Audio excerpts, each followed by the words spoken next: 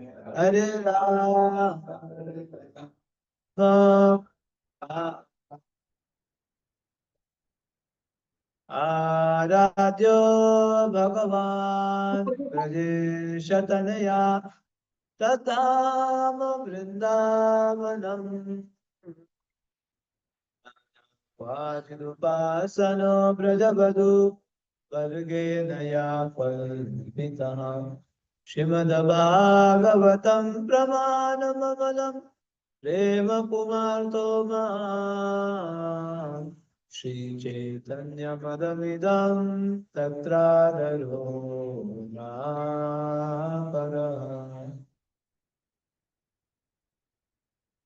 हरे कृष्णा। तो आप सभी भक्तों का हार्दिक स्वागत है, धूम के भक्तों का भी और साथ साथ जेवर के भक्तों का भी। दो क्लासेस एक साथ चल रहा है यहाँ पे। आज विशेष पावन दिवस पे, एक तो कार्तिक मास है, पता नहीं विशेष दिन क्यों बोला जाए। जैसे आज सुबह गुरु महाराज बोल रहे थे ना, विशेष दिन, इसको विशेष दिन क्यों बोला। श्रील प्रभुपाद भगवत धाम गए इसीलिए विशेष हो सकता है। हरे कृष्ण हरे कृष्ण।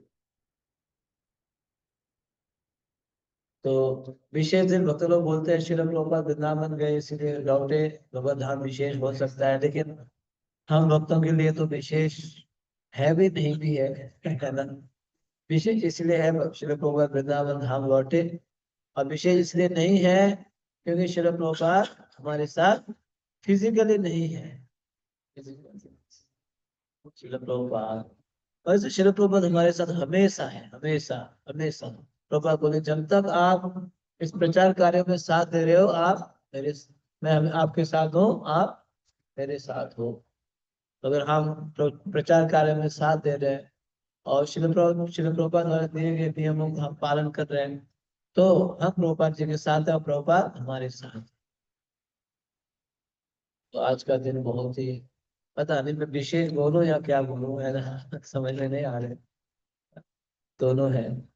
48 साल पूर्व, 48 years ago, श्री प्रभुपाद इस धरातल को छोड़ के भगवत धाम प्रवेश किए। और कुछ ही सालों में श्री प्रभुपाद ने ऐसे क्रांति लाई पूरे विश्व में। उस समय तो 108 मंदिर ही थे। आज के दिन में श्री प्रभुपाद की कृपा से इस्कॉन द्वारा 900 से अधिक मंदिर बन चुका है। More than 900 temples. आप सोचिए, प्रभुपाद ने जो है ना, नहीं, मोर देन 900 टेम्पल्स, 900 से अधिक मंदिर। श्रील प्रभुपाद के समय 108 थे। हाँ, 950 बोले थे मैंने, 250 सुना है ऐसे। 950 है, 900 से अधिक मंदिर बन चुके हैं। तो ये श्रील प्रभुपाद जी की असीम कृपा है। श्रील प्रभुपाद ने हमें क्या नहीं दिया। लोग बोलते हैं ये दिए वो दिए, मैं हम तो ये बोलेंगे श्रील प्रभुपाद ने हमें क्या नहीं दिया। ऐसे कोई एक चीज नहीं है श्रील प्रभुपाद ने हमें नहीं दिया हो। बहुत चीज श्रील प्रभुपाद दे के गए हैं। तो ऐसे श्रील प्रभुपाद, तो अभी हम लोग यहाँ पे जेवर में है। आपको मैं लास्ट टाइम की तरह करेंगे इस बार भी। दो माइक रखो, दो माइक। अब मैं पीपीटी शेयर कर देता हूँ आज का। आज का जो पीपीटी आपके उसमें आएगा, आप दिन देख के पढ़ सकते हैं। हरे कृष्णा कृष्ण कृष्ण हरे हरे, हरे राम राम राम हरे हरे। नंदग्राम से कोकिला बनो। कोई एक जूम में लगाएंगे, मेरा आईडी है जूम में, और कोई एक वक्त लगाओ, ऊपर जाके करना होगा। हाँ हाँ, जब जब हम बोलेंगे तो करना, ऑप्शन ऑफ करना। माता जी पढ़ेगी तो ऑन करना। हरे कृष्णा कृष्ण कृष्ण हरे हरे, हरे राम राम राम हरे हरे। तो मैं आपके इस्कॉन जीवन ग्रुप में ये पीपीटी डाल रहा हूँ आज का चैप्टर का। यहाँ का अच्छा, 108। ठीक है, इसको जेवर वाले में देख लीजिए, आपको मैंने पीपीटी शेयर कर दिया। तो ये सभी आपने मोबाइल में देखिए, आपको भी पढ़ना होगा। ठीक है, आ गया ना। बोलो चलो। आप आप माइक भाई। आपको हाँ, हरे हरे कृष्ण आया क्या? आ गया ना पीपीटी देखो।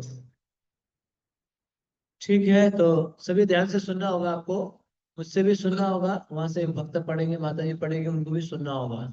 ठीक है, अब आपके मोबाइल में ग्रुप में, तो ग्रुप में देख लीजिए, जो आप पढ़ेंगे वो आपको पीपीटी शेयर कर दीजिए। आप ऊपर जाओ, छत पे जाओ, छत पे चढ़ो,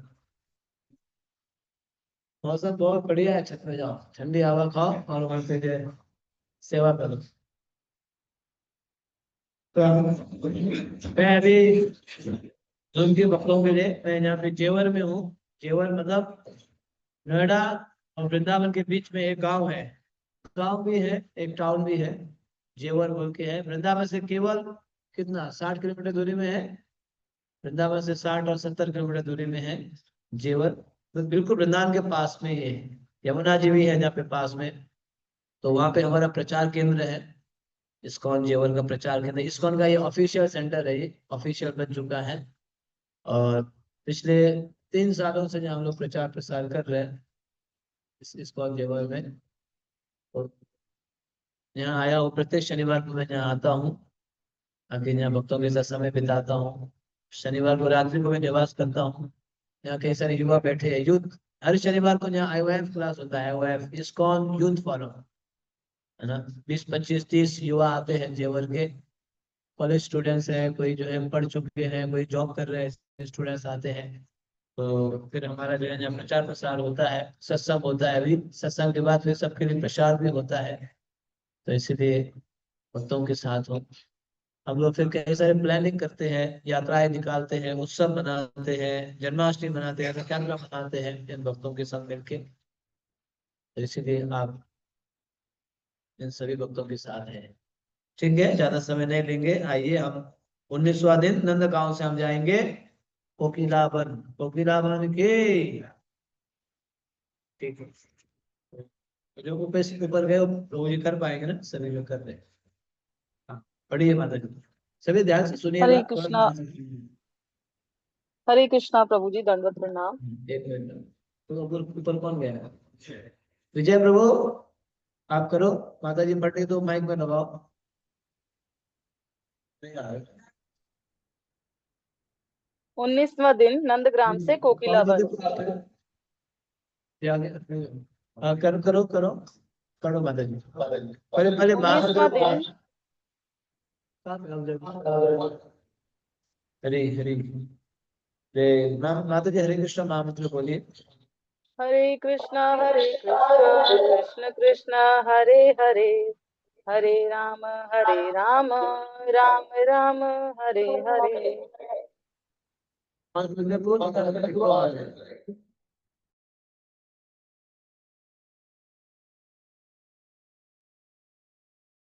एक मिनट, थोड़ा सा सेटिंग सुनिए।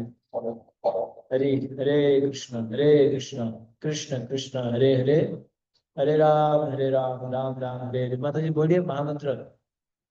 हरे कृष्ण कृष्ण कृष्ण हरे हरे, हरे राम राम राम हरे हरे। ठीक है, ओके पढ़िए। 19वां दिन नंदग्राम से कोकिलावन। हम पुनः परिक्रमा मार्ग पर लौट आए हैं। यद्यपि हमारी सुविधाएं अत्यंत अल्प हैं, तथापि हमें विश्वास है कि हमें अपनी तपस्याओं का प्रचुर पुरस्कार प्राप्त होगा। परिक्रमा पर प्रत्येक दिन नए रोमांच, नई चुनौतियां तथा श्री कृष्ण के साथ हमारे संबंध की गहन अनुभूतियां लाता है। अब तक अधिकांश नवागंतुक यात्री परिक्रमा जीवन शैली में ढल गए हैं और गहन अनुभवों की खोज में हैं। उनके मुस्कुराते चेहरे इसका प्रमाण हैं।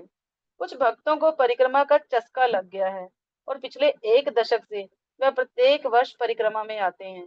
इसमें आश्चर्य नहीं होना चाहिए। ब्रजमंडल परिक्रमा श्री कृष्ण के ही समान नित्य नवायमान है। मिठाई को चखकर ही उसका स्वाद लिया जा सकता है। आज हम जावट से होते हुए नंदग्राम से कोकिलावन जाएंगे।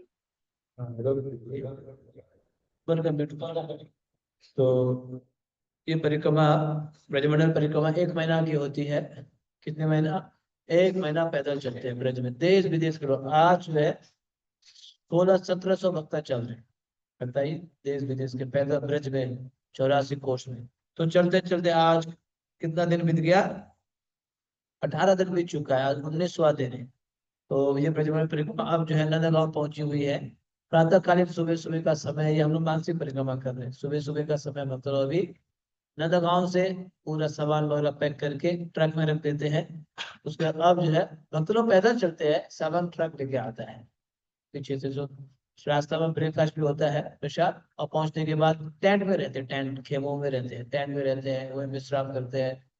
फिर कथा कीर्तन होता है, शाम को सत्संग होता है, दीपदान होता है। तो आज ये परिक्रमा जो है 19वां दिन नंदगांव से चलेगी और कहाँ जाएगी? कोकिलावन। अब परिक्रमा में यहाँ लिखा है प्रत्येक दिन नए नए एक्सपीरियंसेस, न्यू एक्सपीरियंसेस यहाँ मिलता है ना। यहाँ लिखा है परिक्रमा प्रत्येक दिन नए रोमांच, नई चुनौतियां तथा श्री कृष्ण के साथ हमारे संबंध की घन अनुभूतियां लाता है। अब तो 19 दिन बीत गया, तो भक्तों का क्या हो गया? वहां पे चस्का लग गया, चस्का लिखा है। हाँ, जैसे लोगों का जो है चस्का लगता है ना शराब पीने में, सिगरेट फूकने में, है ना, इधर ताश खेलने में चस्का लगता है, उसी तरह अब भक्तों का चस्का किस में लग गया? परिक्रमा। अब चले बिना रह नहीं जाएंगे, चलना ही होगा ना, परिक्रमा में चलना ही होता है। हाँ, ऐसे भी होता है। तो इसीलिए चस्का तो लगाना है। किसका चस्का लगाओ? कृष्ण प्रेम, कृष्ण भक्ति का। रोमांच कंपा सुतरंग भाजो, वंदे गुरु श्री चरणारविंदम। ये है कृष्ण भक्ति की भी जो है चस्का लग जाती है ना। जब वो लग जाएगी तो आपको दुनिया की चीजें जो है फीका लगेंगी। इस प्रकार से परिक्रमा चल रही है। अब आगे सुनिएगा। आगे जो है जैसे हम चलते हैं ना तो रास्ते में दर्शन भी होता है, कई सारे दर्शन स्थल, ध्यान से सुनिए। यस। आशेश्वर महादेव मंदिर। भोर होते ही हमने श्री श्री निताई गौर सुंदर का अनुगमन करते हुए नंदग्राम से 2 किलोमीटर पूर्व में आशेश्वर महादेव मंदिर के गुलाबी द्वार से भीतर प्रवेश किया। जैसा कि हमने परसों कहा था कि जब यशोदा माता ने शिव जी को शिशु कृष्ण के दर्शनों से मना कर दिया, तो शिव जी यहाँ एक वृक्ष के नीचे बैठकर अपने प्रिय भगवान पर ध्यान करने लगे। उन्हें पूरी आशा थी कि उन्हें भगवान के दर्शन अवश्य होंगे। गोपियों के कहने पर यशोदा माता ने शिव जी को बुलाया और उनकी आशा पूरी हुई। इसलिए यहाँ शिव जी आशेश्वर महादेव के नाम से विख्यात हैं। आशेश्वर कुंड को प्रणाम करके हमने एक खेत पार किया और मंदिर के उत्तरी भाग में बने एक छोटे वन में प्रवेश किया। ये है टेर कदम। तो अब जो है हम बरसाना से निकले तो रास्ता में सबसे पहला दर्शन हुआ आशेश्वर महादेव की। शिव जी जो है भगवान कृष्ण को दर्शन करने के लिए आए। भगवान तो ब्रज में लाला बन के प्रकट हुए हैं। आप बोल सकते हैं जन्म लिए है, ऐसे भगवान जन्म लेते नहीं, भगवान अजा है। फिर भी प्रकट हुए तो फिर शिव जी आगे, मेरे प्रभु का दर्शन करना है, दर्शन करना है, मैं प्रभु का दर्शन करना चाहता हूँ बोल के जो है शिव जी पहुंचे। तो भैया ने तो पहले मना कर, नहीं नहीं ये जो है भूत जैसे लगते हैं, और गले में सांप टांगे रखे हैं, और इनका वस्त्र का कोई पता ही नहीं चलता है और शरीर में क्या लगा है? क्या? भस्म, अस्थि भस्म, एशेस, एशेस भस्म लगाया है, शमशान घाट से उठा कर। तो ये कौन से बाबा है ना, इनको दर्शन नहीं कराना, मेरा लाला डर जाएगा ना, कन्हैया डर जाएगा। हाँ, वैसे मेरा कन्हैया तो छोटा सा है, नन्हा मुन्ना है, प्यारा सा है कन्हैया, लेकिन ये देखो देखने में जटाधारी है ना, दर्शन नहीं कराना है। तो फिर जितना मना करते थे उतना कन्हैया रोते थे, नहीं नहीं नहीं मुझे करना ही है करना। तो गोपियों के निवेदन से फिर दर्शन कराए। वैसे तो कन्हैया ने दर्शन नहीं किया, दर्शन किसने किया? महादेव ने किया।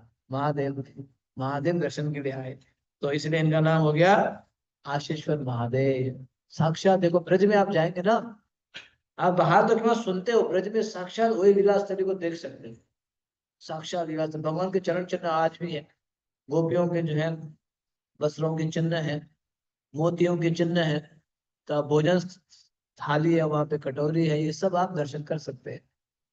इसलिए हमारे महाराज जी बोलते हैं आप ब्रज में तो सिर्फ आओ, डायरेक्ट आओ, दर्शन करो, बाकी के स्थान में तो तपस्या करके कठोर तपस्या करके दर्शन होता है, लेकिन ब्रज में you come directly and have darshan. ये है ब्रज। तो हमने आशीश्वर का दर्शन किया। अब विशेष स्थान आ रहा है टेर कदम में, सुनिएगा, बहुत ही सुंदर लीला है। यस। टेर कदम। कहा जाता है कि श्री कृष्ण अक्सर अपनी गायों को यहाँ चराने लाते और जब गायों के लौटने का समय हो जाता तो वह कदम वृक्ष के नीचे बैठ अपनी बांसुरी की पुकार से उन्हें बुलाते। नंदग्राम लौटने से पहले वे रत्नों के एक कंठहार पर गायों की गिनती करते। टेर का अर्थ है पुकार और इसलिए इस स्थान का नाम टेर कदम पड़ा। हम यहाँ की रज में लौटने लगे और शिला रूप गोस्वामी की भजन कुटीर को प्रणाम करते हुए उनके चरण कमलों पर निम्नलिखित प्रणाम मंत्र उच्चारण किया। श्री चैतन्य मनोभीष्टम चैतन्यमनोभीष्टं स्थापितं येन भूतले स्वयं रूप कदा मह्यं ददाति स्वपदान्तिकम्। जिन श्रील रूप गोस्वामी ने इस संसार में श्री चैतन्य महाप्रभु की इच्छा पूर्ण करने वाले आंदोलन की स्थापना की है, वे कब मुझे अपने चरण कमलों का आश्रय प्रदान करेंगे। श्रील रूप गोस्वामी ने अनेक वर्ष भक्ति में ग्रंथों की रचना में निमग्न रहते हुए यहाँ निवास किया। यहीं उनके हृदय से उज्ज्वल नीलमणि, पद्यावली, ललित माधव, दान केली कौमुदी, भक्ति रसामृत सिंधु जैसे ग्रंथ प्रकाशित हुए। हम यहाँ उनकी सुंदर समाधि के आंगन में कुछ देर बैठे। मायापुर कीर्तन दल शिला रूप मंजरी पद भजन गा रहा है और हमारे पैर यहाँ की चमकीली महीन रज का स्पर्श कर रहे हैं। शिला रूप गोस्वामी राधा कृष्ण की लीला में रूप मंजरी हैं और नरोत्तम दास ठाकुर ने उनके चरण कमलों का गुणगान करते हुए यह सुंदर भजन लिखा।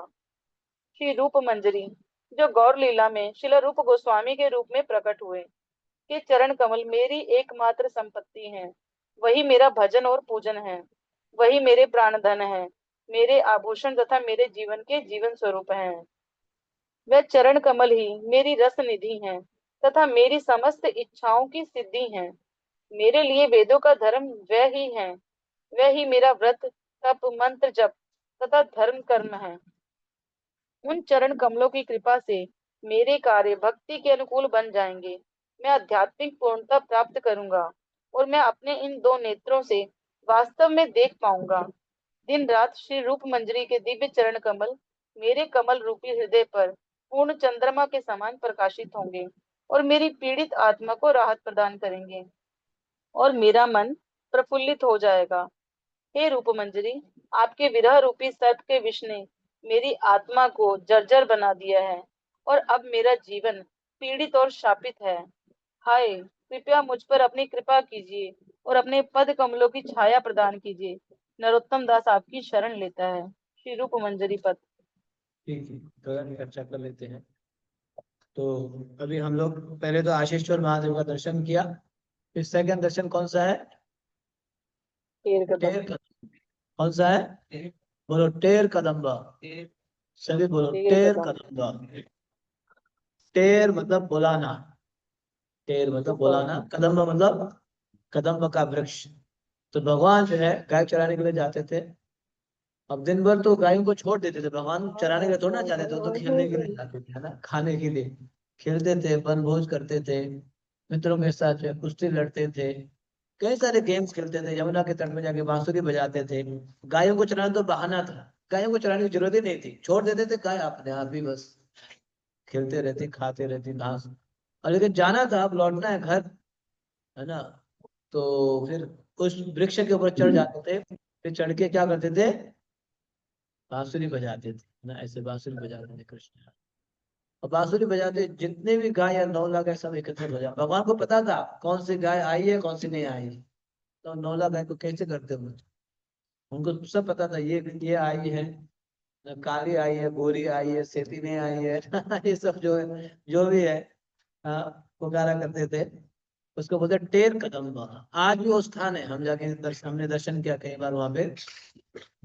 भगवान का काम क्या है? भगवान जो है गाय चराने में बहुत ही प्रसिद्ध है। छोटे छोटे गैया, छोटे छोटे बाल, छोटो सो मेरो मदन गोपाल, छोटो सो मेरो मदन गोपाल, आगे आगे गैया पीछे पीछे ग्वाल, आगे आगे गैया पीछे पीछे ग्वाल, बीच में मेरो मदन गोपाल, बीच में मेरो मदन गोपाल। इसलिए भगवान को ना गाय अति प्रिय है। इसलिए जहाँ भगवान रहते हैं उस स्थान का नाम है गोलोक। गो मतलब गाय, देखा, इसलिए भगवान रहते हैं उस स्थान का नाम गोलोक है। जो भगवान पालन करते हैं, गोपाल, उनका नाम भी गोपाल। गोविंद गाय है नहीं, गाय के बिना भगवान आप बोल सकते हैं अपूर्ण है ना, गाय के। इसलिए हमें गायों की सेवा करनी चाहिए। गायों की सेवा करते हो? ठीक है, आजकल तो क्या करें, ट्रैक्टर और गाड़ी, और जो है हमें ये गाड़ी लेनी है, हमें वो गाड़ी लेनी है, हमें जो है हमें 5 लाख की गाड़ी से नहीं होगी, हमें 10 लाख की गाड़ी चाहिए, तो हमें 10 लाख की नहीं 20 लाख की चाहिए, हमें जो है 30 लाख वाली गाड़ी चाहिए। बस गाड़ी की सेवा होती है। या दूसरे ये बोल सकते हैं डॉग की सेवा हो रही है, डॉग की सेवा। डॉग, अभी मुझे रिसेंटली पता नहीं था, ये बात सच में पता नहीं था। तो जैसे जो है, जैसे आप जो है गाँव में गाय चराने के लिए ग्वाला रखते हैं ना पेमेंट में, अब जो सिटियों में कुत्तों को जो है डुलाने के लिए क्या बोलेंगे उसको, अभी क्या शब्द प्रयोग है, उस व्यक्ति रेंट में रखा जाता है पेमेंट के साथ, पेमेंट के साथ। डॉग केयर, हाँ, dog care giver, dog care, पर डॉग कीपर ना, डॉग कीपर, मुझे ये पता नहीं था, सच में पता नहीं था कि डॉग कीपर होता है बोल के। तो उस दिन मैंने रास्ता में देखा, कोई मुझे बता रहा था कि, तो 2-3 कुत्ते लेके चल रहा था। तो मैंने बोला, एक व्यक्ति के पास 2-3 कुत्ते कैसे, क्या कर रहा है ये ना। अच्छा, ऑस्ट्रेलिया में ये जॉब है, डॉलर मिलेगा, तो $40 पर घंटे मिलेगा, देखो। डॉग कीपर, डॉग कीपर बोल के आपको जॉब ऑफरिंग आया है। डॉग कीपर, हाँ। कृष्णा, मुझे सच में ये पता नहीं था, सच में अभी रिसेंटली पता चला कि रास्ते में जो है, हमें ये पता था कि ठीक है, लोग जो है कुत्तों को प्रेम करके छोटे छोटे कुत्ते रखते हैं अपने घरों में, ना उसको खिलाते हैं, अपने आप देखते होंगे ऐसे लग रहा था। लेकिन अभी पता चला कि बड़े बड़े कुत्ते लेके जो है 2-3 कुत्ते लेके चल रहा था। तो मैंने कहा, क्या एक ही व्यक्ति के पास 2-3 कुत्ते कैसे? नहीं, वो कुत्ते देखने के लिए आता है, जैसे उसका जॉब है वो। तो ये जो है दुर्भाग्य है। पहले तो कम से कम लोग जॉब में जो है ग्वाला बन के रहते थे, चलो ठीक है हम गाय देखेंगे, हमें कुछ अनाज मिल जाएगा, सब्जी मिल जाएगा, गेहूं मिल जाएगा, है ना, सालों भर के दिन ठीक था वो। अब तो वो काम छोड़ के डॉग कीपर आ गए। लेकिन भगवान क्या करते थे? गायों के रखवाले। नंदा गोदन रखवाला, गोविंद माधव नवनीत तस्करा, सुंदर नंद गोपाल, नंद गोपाल। तो इस प्रकार से टेर कदम से भगवान बुलाया करते थे। और उसी स्थान में श्रील रूप गोस्वामी, हमारे प्रमुख आचार्य, जानिए श्रील रूप गोस्वामी षट गोस्वामी में से एक है।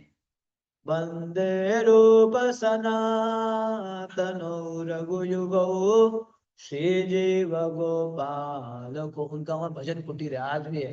उन्होंने वहीं पे कई सारे ग्रंथों का संकलन किया, लिखा। कौन से ग्रंथ है जहाँ लिखा है?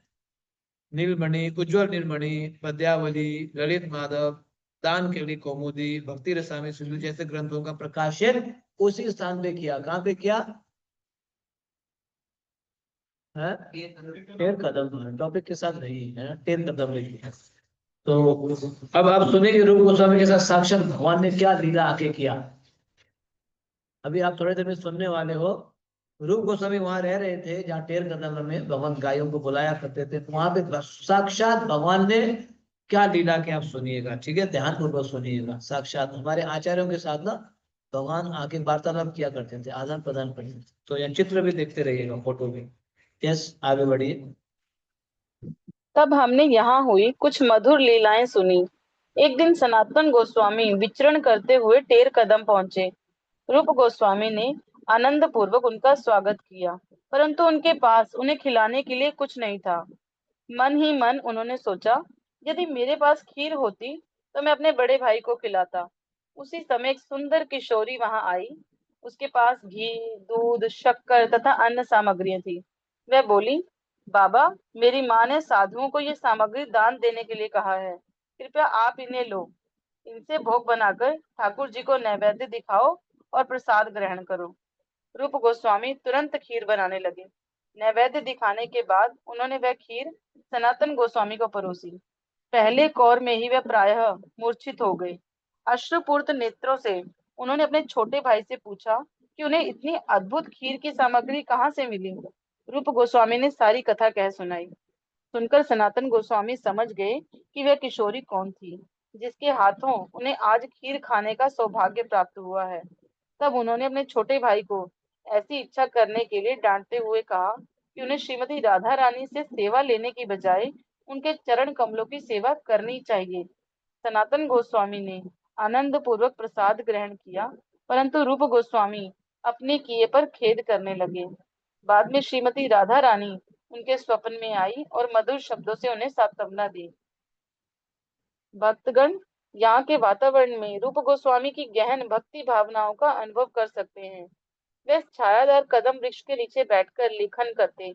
यह सौभाग्यशाली वृक्ष गोस्वामी जी के विभिन्न दिव्य भावों से इतना प्रभावित होता कि जब वे राधा कृष्ण के विरह के विषय में लिखते तो यह वृक्ष अपनी पत्तियां गिराता, और जब वे उन दोनों के मिलन से होने वाले आनंद का वर्णन करते तो इस वृक्ष में नई कोपलें, पत्तियां और फूल फूट पड़ते।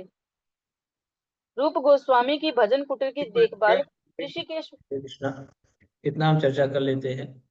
तो आपने सुना क्या लीला हुई है, समझ में आया आपको? तो 13 कदम में श्री रूप गोस्वामी रह रहे थे। एक दिन उनके बड़े भाई, क्या नाम है, हैं? रूप गोस्वामी के बड़े भाई का नाम क्या है? सनातन गोस्वामी। क्या नाम है? हाँ, ये भी याद करो, षट गोस्वामी में से एक है सनातन। तो वो अपने छोटे भाई से मिलने के लिए आए, चलो मिलते हैं। तो पावन सरोवर में रहा करते थे सनातन गोस्वामी। पावन सरोवर नंदगांव से वहां आए, 13 कदम की ओर। तो जब बड़े भाई आए तो रूप गोस्वामी की इच्छा हुई, अच्छा होता मैं मेरे भ्राताश्री को बढ़िया से खीर खिला पाता, खीर। लेकिन बाबा तो है, बाबा के पास कौन सी चीनी, कहाँ से चीनी मिलेगी, कहाँ से जो है चावल, बासमती राइस, दूध, दही कहाँ से आएगा? कुछ नहीं मिलेगा, कुछ भी नहीं होगा, है ना। तो फिर वो सोचने लगे कैसे खिलाऊं मैं, है ना, क्या करके खिलाऊं। इच्छा तो है बहुत खिलाने की। कभी कभी ऐसे होता है ना, सेवा तो करने की इच्छा है लेकिन सामग्री नहीं होती, व्यवस्था नहीं होती। इच्छा ही काफी है, अगर इच्छा तो रखो। जैसे भगवान श्री कृष्ण प्रकट हुए कारागार में, तो वसुदेव की गाय, गाय में दान देने की इच्छा थी, तो उन्होंने मनी मत दान दे दिया, मनी मत। उसका पूरा फल लाभ, फल मिला। कम से कम इच्छा तो करो। तो लोग सब इच्छा ही कर रहे थे, अच्छा होता मेरे भ्राताश्री को बढ़िया से स्वादिष्ट ड्राई फ्रूट डाल के मैं खीर बनाता, है ना। तब तक इतना ही सोच ही रहे थे। ये तस्वीर में देखो, दूर से एक लाली आ गई। लाली ब्रज में जो है, जब बालकी को लाली बोलते हैं, लाली जो है सामग्री लेके आ गई। बाबा, बाबा, किनके पास आई है? रूप गोस्वामी। देखो, रूप गोस्वामी तो देख रहे थे पेड़ के नीचे, उनके पास घर घर द्वार कुछ तो था नहीं। बाबा, बाबा, ये लोग, मेरी मैया ने ना आपके लिए सामग्री भेजी। हाँ, तो कहा है उसमें क्या सामग्री है? हमें पता नहीं है। ये लो आप रखो, ये सामग्री देख लेना, है ना, क्या क्या है। तो एक छोटी सी लाली, बहुत ही सुंदरी लाली है, ब्रजेश्वरी। उनको तो उस समय पता नहीं चला, ब्रजेश्वरी। हाँ, वृषभानु दुलारी। कौन है? वृषभानु दुलारी राधा रानी। हाँ, या करुणामयी। करुणा कुरुमयी, करुणा हरिते, सनक सनातन वर्णिता चरिते, राधे जय जय माधव दयिते। राधा रानी स्वयं आई भक्तों की इच्छा को पूरा करे। तो रूप गोस्वामी को सामग्री देके गई। हाँ, तो रूप गोस्वामी ये तो चले गए। तो बाबा मुझे जाना है, बर्तन बाद बाद में आके ले लेंगे। हाँ, भैया जो है प्रतीक्षा कर रही है। गाँव में ना ऐसे जो है लाली होते हैं, उनको ज्यादा देर तक बाहर जाने नहीं देते। अगर देने बाहर जाने भी देंगे तो साथ में ले जाएंगे, है ना। साथ में ले जाए, दो चार सहेली साथ में आते हैं। जैसे हमारा यहाँ सेंटर है जेवर में, तो हमारा यहाँ आईजीएफ चलता है, आईजीएफ मतलब गर्ल्स, लड़कियों के लिए भी क्लास होता है। तो अधिकता अकेले नहीं आती है, 2 लोग 3 लोग 4 लोग मिलके, ये बहुत अच्छा है। ये जो है बहुत अच्छा है, ये क्या बोलेंगे, एटिकेट बोलो, है ऐसे होना चाहिए। इस सिटी में तो बस निकाले चल पड़े, अकेले हो या 2 लोग का फट से चल पड़े, बाइक निकाला, गाड़ी निकाला, चल पड़े, स्कूटी निकाले, चल पड़े, है ना। लेकिन सच में मैं यहाँ देखता हूँ बहुत अच्छा है। वो 2-3 लोग भी आएंगे अपने सहेली के साथ, सिर ढक के आएंगे, है ना, यहाँ के जो है सेवा करेंगे, सत्संग में भाग लेंगे, फिर साथ में चले जाएंगे, अकेले नहीं है। घर वाले भी अलाउड नहीं करते हैं, सर वो भी नहीं आते। ये कल्चर बहुत अच्छा है, लेकिन धीरे धीरे आजकल बिगड़ता जा रहा है। आजकल धीरे धीरे वो भी बिगड़ता जा रहा है। गाँव में भी हवा लग रही है आजकल, पहले तो हवा नहीं लगी थी। आज से 15-20 साल पहले भी अच्छा था, लेकिन अब जो है वो गाँव में भी वो हवा आने लगी। जैसे भारत में पहले कल्चर नहीं था, विदेश से हवा आ गया भारत में, अब भारत में फिर गाँव में हवा आने लगी, हवा टच कर रही है। हाँ, तो ये लाली तुरंत लौट गई। बाबा ने देखा तो सारा सामग्री है, ड्राई फ्रूट, बासमती राइस, है ना, दूध, हाँ, ये सब तो सनातन रूप गोस्वामी ने बहुत बढ़िया से खीर बना के सनातन गोस्वामी को खिलाया, भोग लगा के खिलाया। तो सनातन गोस्वामी खाते ही पूछे, ये कहाँ से लाया सामग्री। उनको पता चल गया ये साधारण नहीं था, किसने ला के दिया। तो उन्होंने बोला एक लाली आई थी बगल वाले गांव से, जो मैया ने भेजा बोल के दे के गई। हमें पता नहीं है कि क्या है कौन है, इतना ही पता है दे के गई। तो सनातन गोस्वामी समझ, ये जो आई थी ना, वो स्वयं श्रीमती राधा रानी थी। ये रूप तुमने क्या किया, राधा रानी से क्यों सेवा स्वीकारा। हमें तो राधा कृष्ण की सेवा करनी चाहिए थी, अब हम तो सेवा ले रहे हैं। देखो क्या भाव है। हम होते तो हम जो है ढूंढेरा पीट देते, देखो देखो राधा रानी ने हमें जो है सामग्री ला के दी है, ऐसे बोल देते हैं ना। हम कितने महान भक्त हैं, ऐसे बोल देते हैं कि इन्होंने, नहीं, हमें उनसे सेवा स्वीकारना नहीं है, सेवा देना है। ये लीला वहीं पे हुई है, देखो चित्र देखो, रूप गोस्वामी लिख रहे हैं, राधा रानी आ रही है कदम वृक्ष के नीचे। ये आचार्य अनल क्या करते थे, अपने लिए कुछ भी नहीं लेते थे दुनिया से, संसार से, ये सिर्फ दुनिया को देते थे। इतने सुंदर ग्रंथ दिए, मंदिर दिए, विग्रह दिए। हाँ, अगर ये हमें ये नहीं देते ना, अभी हमें पता ही नहीं चलता कि कैसे जीना है, क्या लाइफस्टाइल होना, हमें पता ही नहीं चलता। ये इन्होंने देख लिया। तो ये मुख्य लीला यहाँ पे हुई है कि स्वयं रूप गोस्वामी को सामग्री ला के दी श्रीमती राधा रानी सनातन गोस्वामी को खिलाने के लिए। हाँ, आगे बढ़िए और सुनिए। रूप गोस्वामी की भजन कुटीर की देखभाल ऋषिकेश महाराज करते हैं, जो यहाँ टेर कदम बाबा के नाम से विख्यात हैं।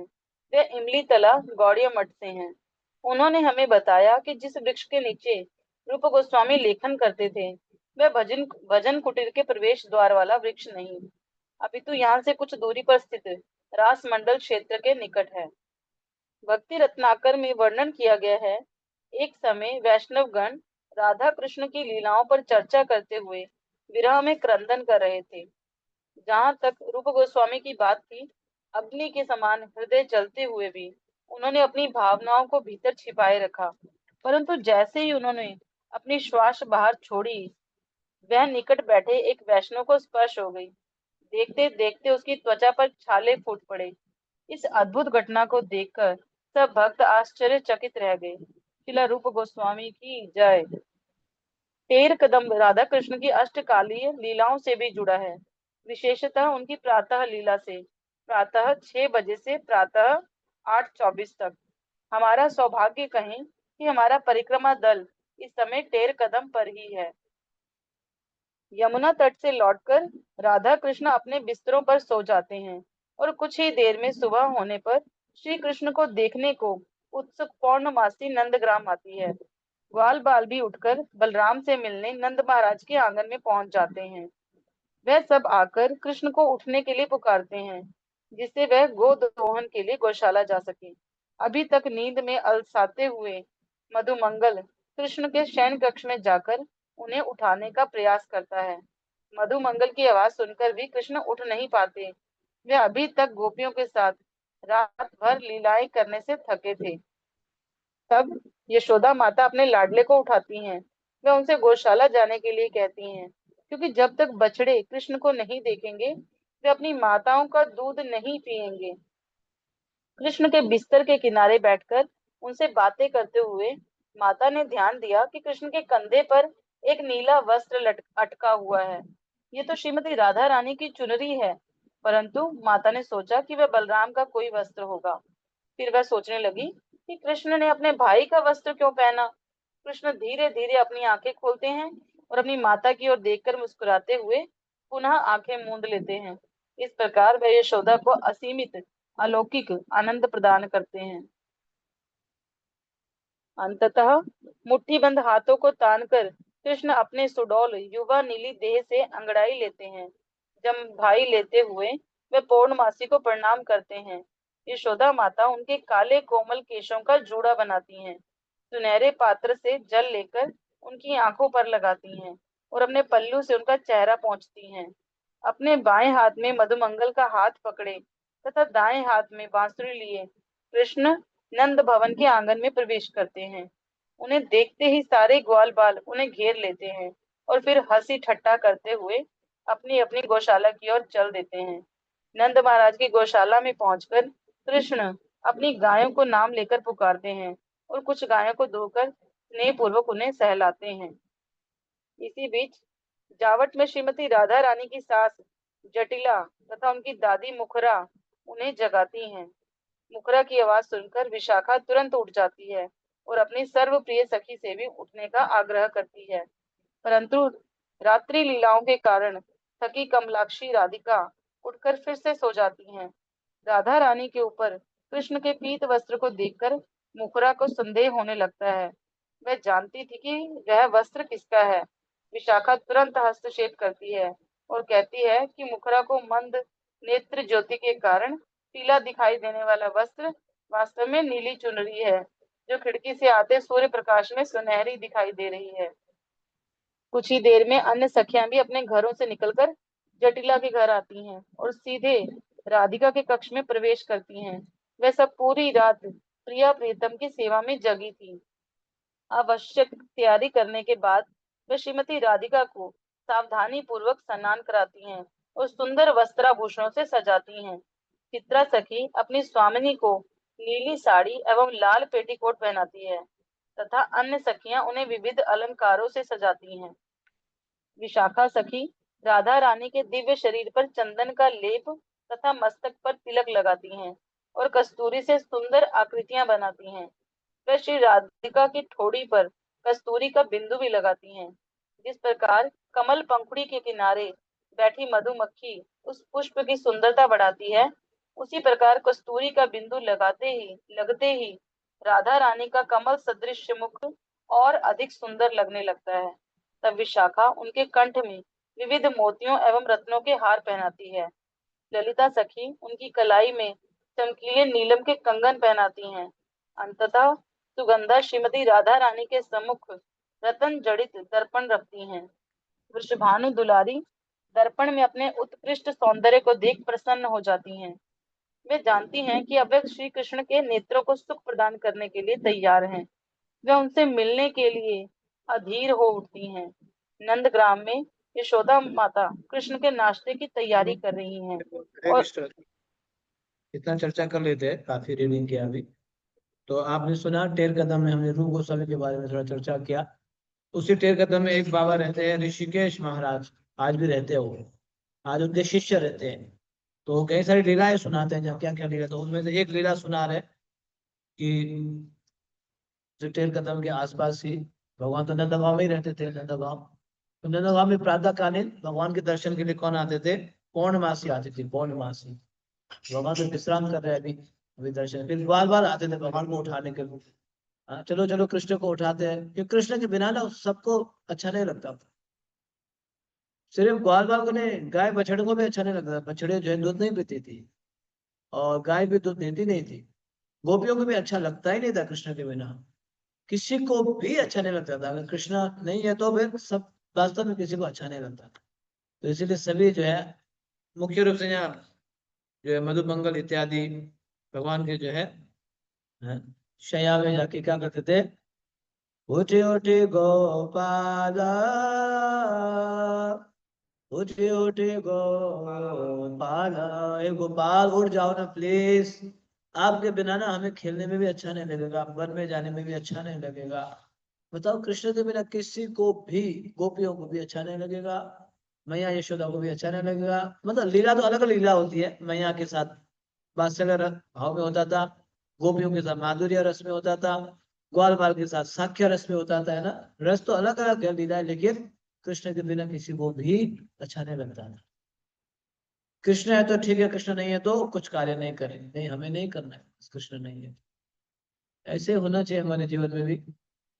कृष्ण है तो हम करेंगे जो भी कार्य, कृष्ण नहीं है तो फिर हमें अच्छा नहीं लगनी चाहिए, हमें हमें नहीं करना है, कृष्ण नहीं है नहीं खाना है, ये अगर भोग नहीं नहीं खाना है। यहाँ पे कृष्ण इस उत्सव में अगर कृष्ण कृष्ण से जुड़ा हुआ नहीं तो इस उत्सव में नहीं जाना है हमें। क्या करेंगे कृष्ण के बिना, कृष्ण के लिए है नहीं तो अपने आँख के लिए हो गया, अपने शरीर के लिए हो गया, है ना। ऐसे उत्सव में जाके भी क्या पाए।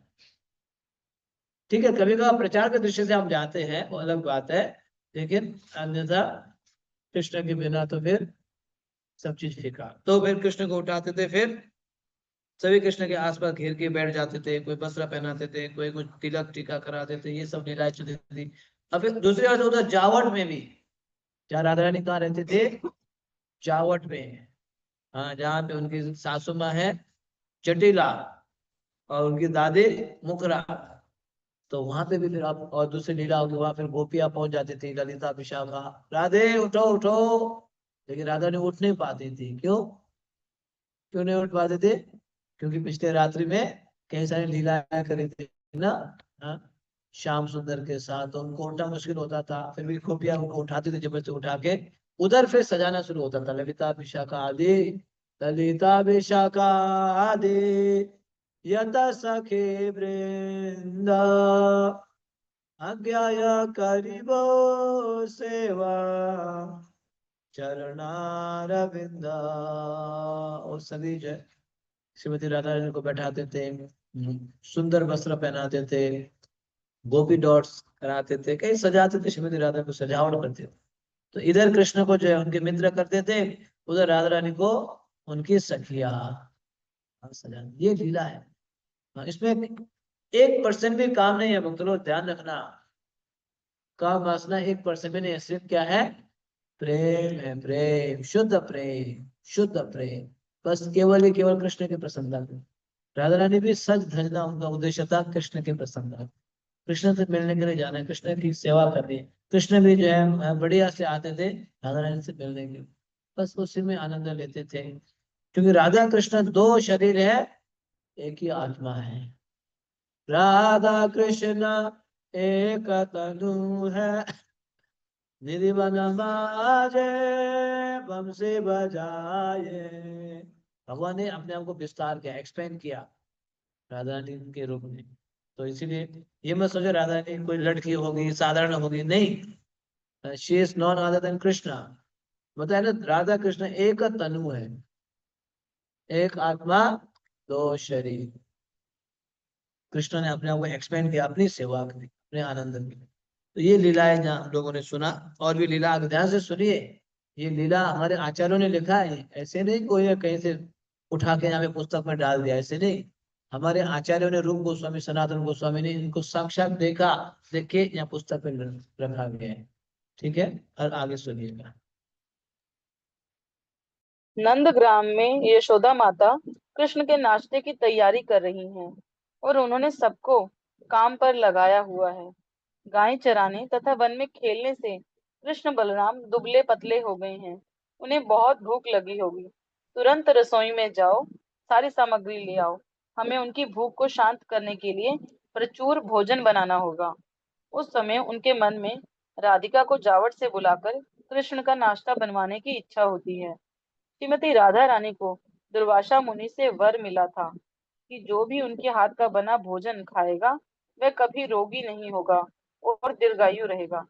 माता यशोदा ये जानती थी, इसलिए वह ब्रज के राजकुमार के लिए श्रीमती राधा रानी को बुलाती हैं। वे कुंदलता के हाथों जटिला के पास राधा रानी को भिजवाने का संदेश भेजती हैं। परंतु जटिला अपनी बहू की लाज को लेकर चिंतित है। वह नहीं चाहती कि कृष्ण की कामुक दृष्टि राधा रानी पर पड़े, परंतु पौर्णमासी के निर्देश पर वह यशोदा माता के निवेदन को स्वीकार कर लेती है। राधा रानी को भेजने से पहले वह उन्हें देर ना करने के लिए कहती हैं, क्योंकि कुछ देर बाद राधा रानी को सूर्य पूजा के लिए जाना है। कुंदलता जटिला को विश्वास दिलाती है कि वह राधिका को कृष्ण के चंचल नेत्रों से बचाकर रखेगी और सुरक्षित घर लाएगी। कृष्णदास कविराज गोस्वामी लिखते हैं कि यद्यपि ऐसा प्रतिदिन होता है, तथापि श्री कृष्ण के प्रेम में निमग्न होने के कारण उन्हें हर दिन यही लगता है कि आज पहली बार ऐसा हो रहा है। जावट नंदग्राम से अधिक दूर नहीं है। जिस मार्ग से आज हमारी परिक्रमा गुजर रही है, कदाचित श्रीमती राधा रानी ने भी नंदग्राम जाने के लिए यही मार्ग लिया होगा। यदि ऐसा है तो इसका अर्थ हुआ कि वे प्रतिदिन 13 कदम से गुजरती थी। भक्तों को ये कथा सुनाते समय हमने ध्यान दिया। हरे कृष्ण। बहुत ही सुंदर। सुन रहे हो आप, ये लीला कितनी मधुर है। देखो आज कई सारी लीला हमें सुनने को मिल रहा है ना। तो नंदगांव में यशोदा मैया सोचने लगी, मेरे कृष्ण बलराम वन में जाते हैं, गाय चराते हैं, बहुत मेहनत कर रहे हैं, तो अभी दुबले पतले हो गए, इनको अच्छा से भोजन कराना चाहिए बढ़िया से। वैसे तो रोज बढ़िया से कराती थी, लेकिन और विशेष ध्यान दे रही है। तो चलो सभी सामग्री एकत्रित करो, पकवान बनाएंगे ना। कृष्ण बलराम भी अभी बहुत मेहनत कर रहे हैं ना, काम करना शुरू कर दी है ना। अभी जो है वत्स पाल से क्या बन गए, गोपाल। पहले तो वत्स पाल थे, बछड़े को पालन करके उनका प्रमोशन हो गया, प्रमोशन होके बन गए गोपाल। तो बहुत मेहनत करो तो बढ़िया से भोजन बनाना चाहिए, सामग्री इकट्ठा करो। सभी ने सामग्री इकट्ठा किया यशोदा मैया के कहने से।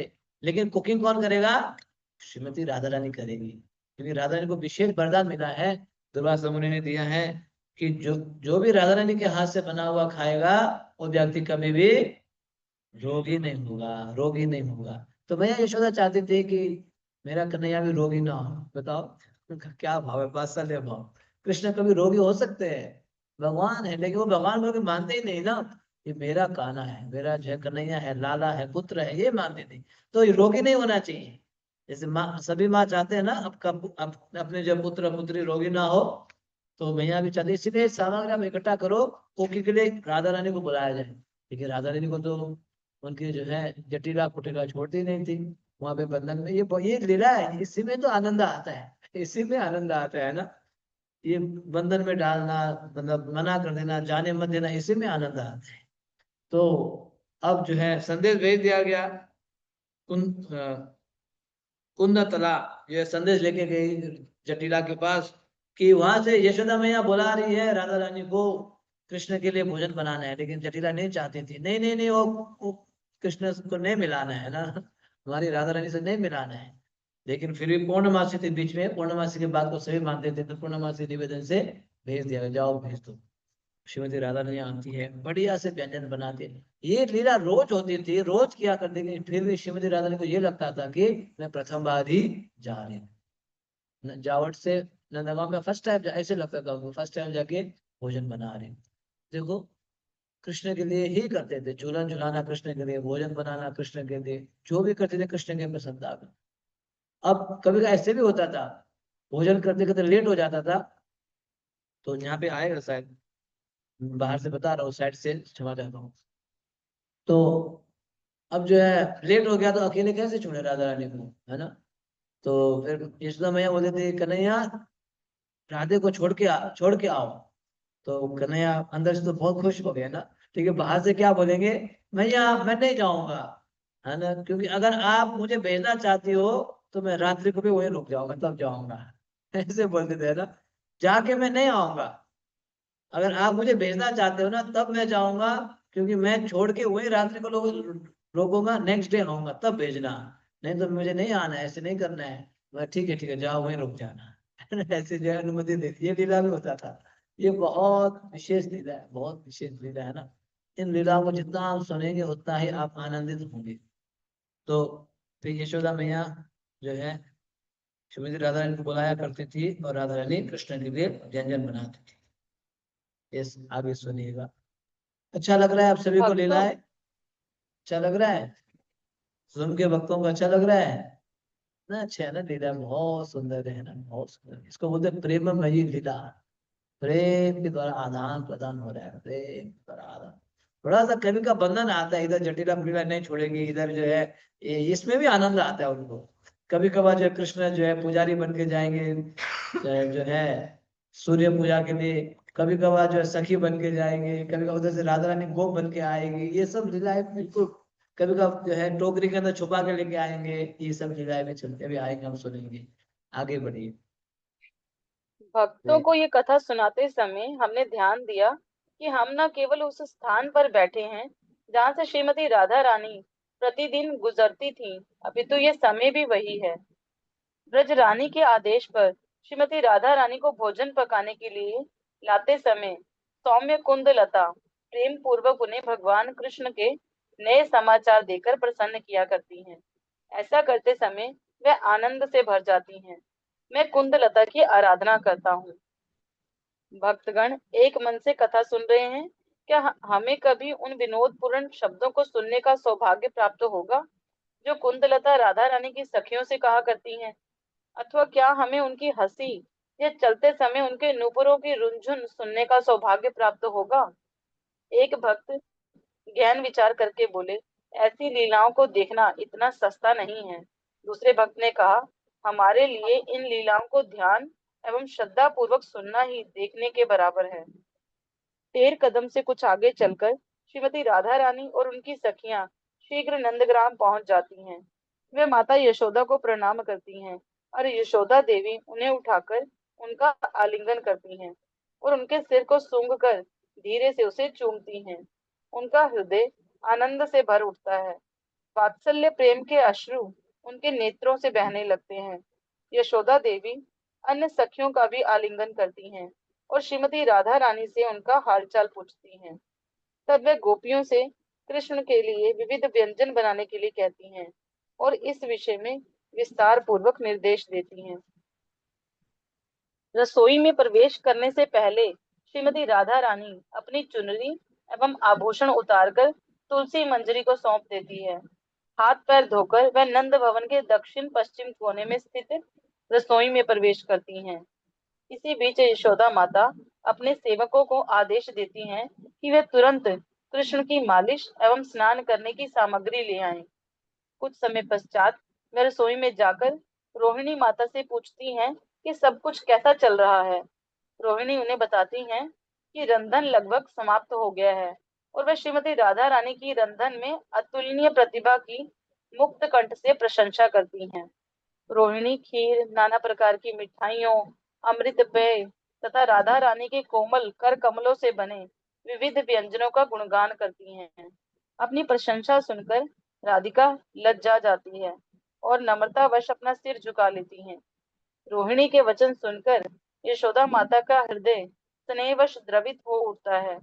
जब वह देखती हैं राधिका को पसीना आ रहा है, वे एक दासी को उन्हें पंखा झलने को कहती हैं। कुछ देर पश्चात नंद महाराज कृष्ण को गोचारण स्थल से घर भेजते हैं। यशोदा माता आतुरता से इसी क्षण की प्रतीक्षा में थी और अपने लाडले को देखकर वह उसे तुरंत तैयार होने को कहती हैं, क्योंकि कृष्ण के लिए बनाया गया स्वादिष्ट भोजन ठंडा हो रहा है। यशोदा माता स्नेह पूर्वक अन्य ग्वाल बालों को भी नाश्ते के लिए बुलाती हैं। खाने से पहले कृष्ण स्नान करते हैं। विभिन्न सेवक नारायण तेल तथा अन्य औषधि युक्त तेलों से कृष्ण के माखन जैसे अंगों की मालिश करते हैं। उनके बालों पर सुगंधित आम्ल की लेप लगाते हैं और पहले शीतल जल में स्नान करवाने के बाद उन्हें हल्के गर्म जल से स्नान करवाते हैं। तत्पश्चात वे उनके शरीर एवं बालों को पतले तौलिए से पोंछते हैं। उन्हें चमचमाती सुनहरी धोती पहनाई जाती है और हाथों में सोने के कड़े, कानों में कुंडल, मधुर ध्वनि करते नूपुर तथा रत्नों का कंठहार पहनाया जाता है। जैसे ही बलराम, श्रीदामा, मधुमंगल तथा अन्य ग्वाल बाल स्नान करके एवं वस्त्राभूषणों से सज्जित होकर श्री कृष्ण के पास पहुंचते हैं, उनके भोजन लीला का वातावरण तैयार हो जाता है। यह उत्सव प्रतिदिन होता है।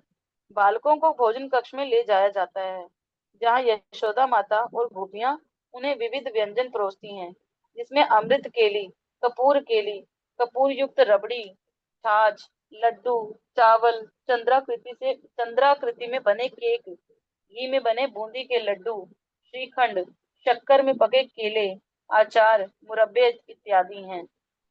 गोपियां यशोदा माता को प्रसन्नता पूर्वक अपनी बनी मिठाइयां तथा राधिका द्वारा घर से लाए गंगाजल लड्डू देती हैं और यशोदा मुक्त हस्त से कृष्ण एवं बच्चों को वह सब परोसती हैं।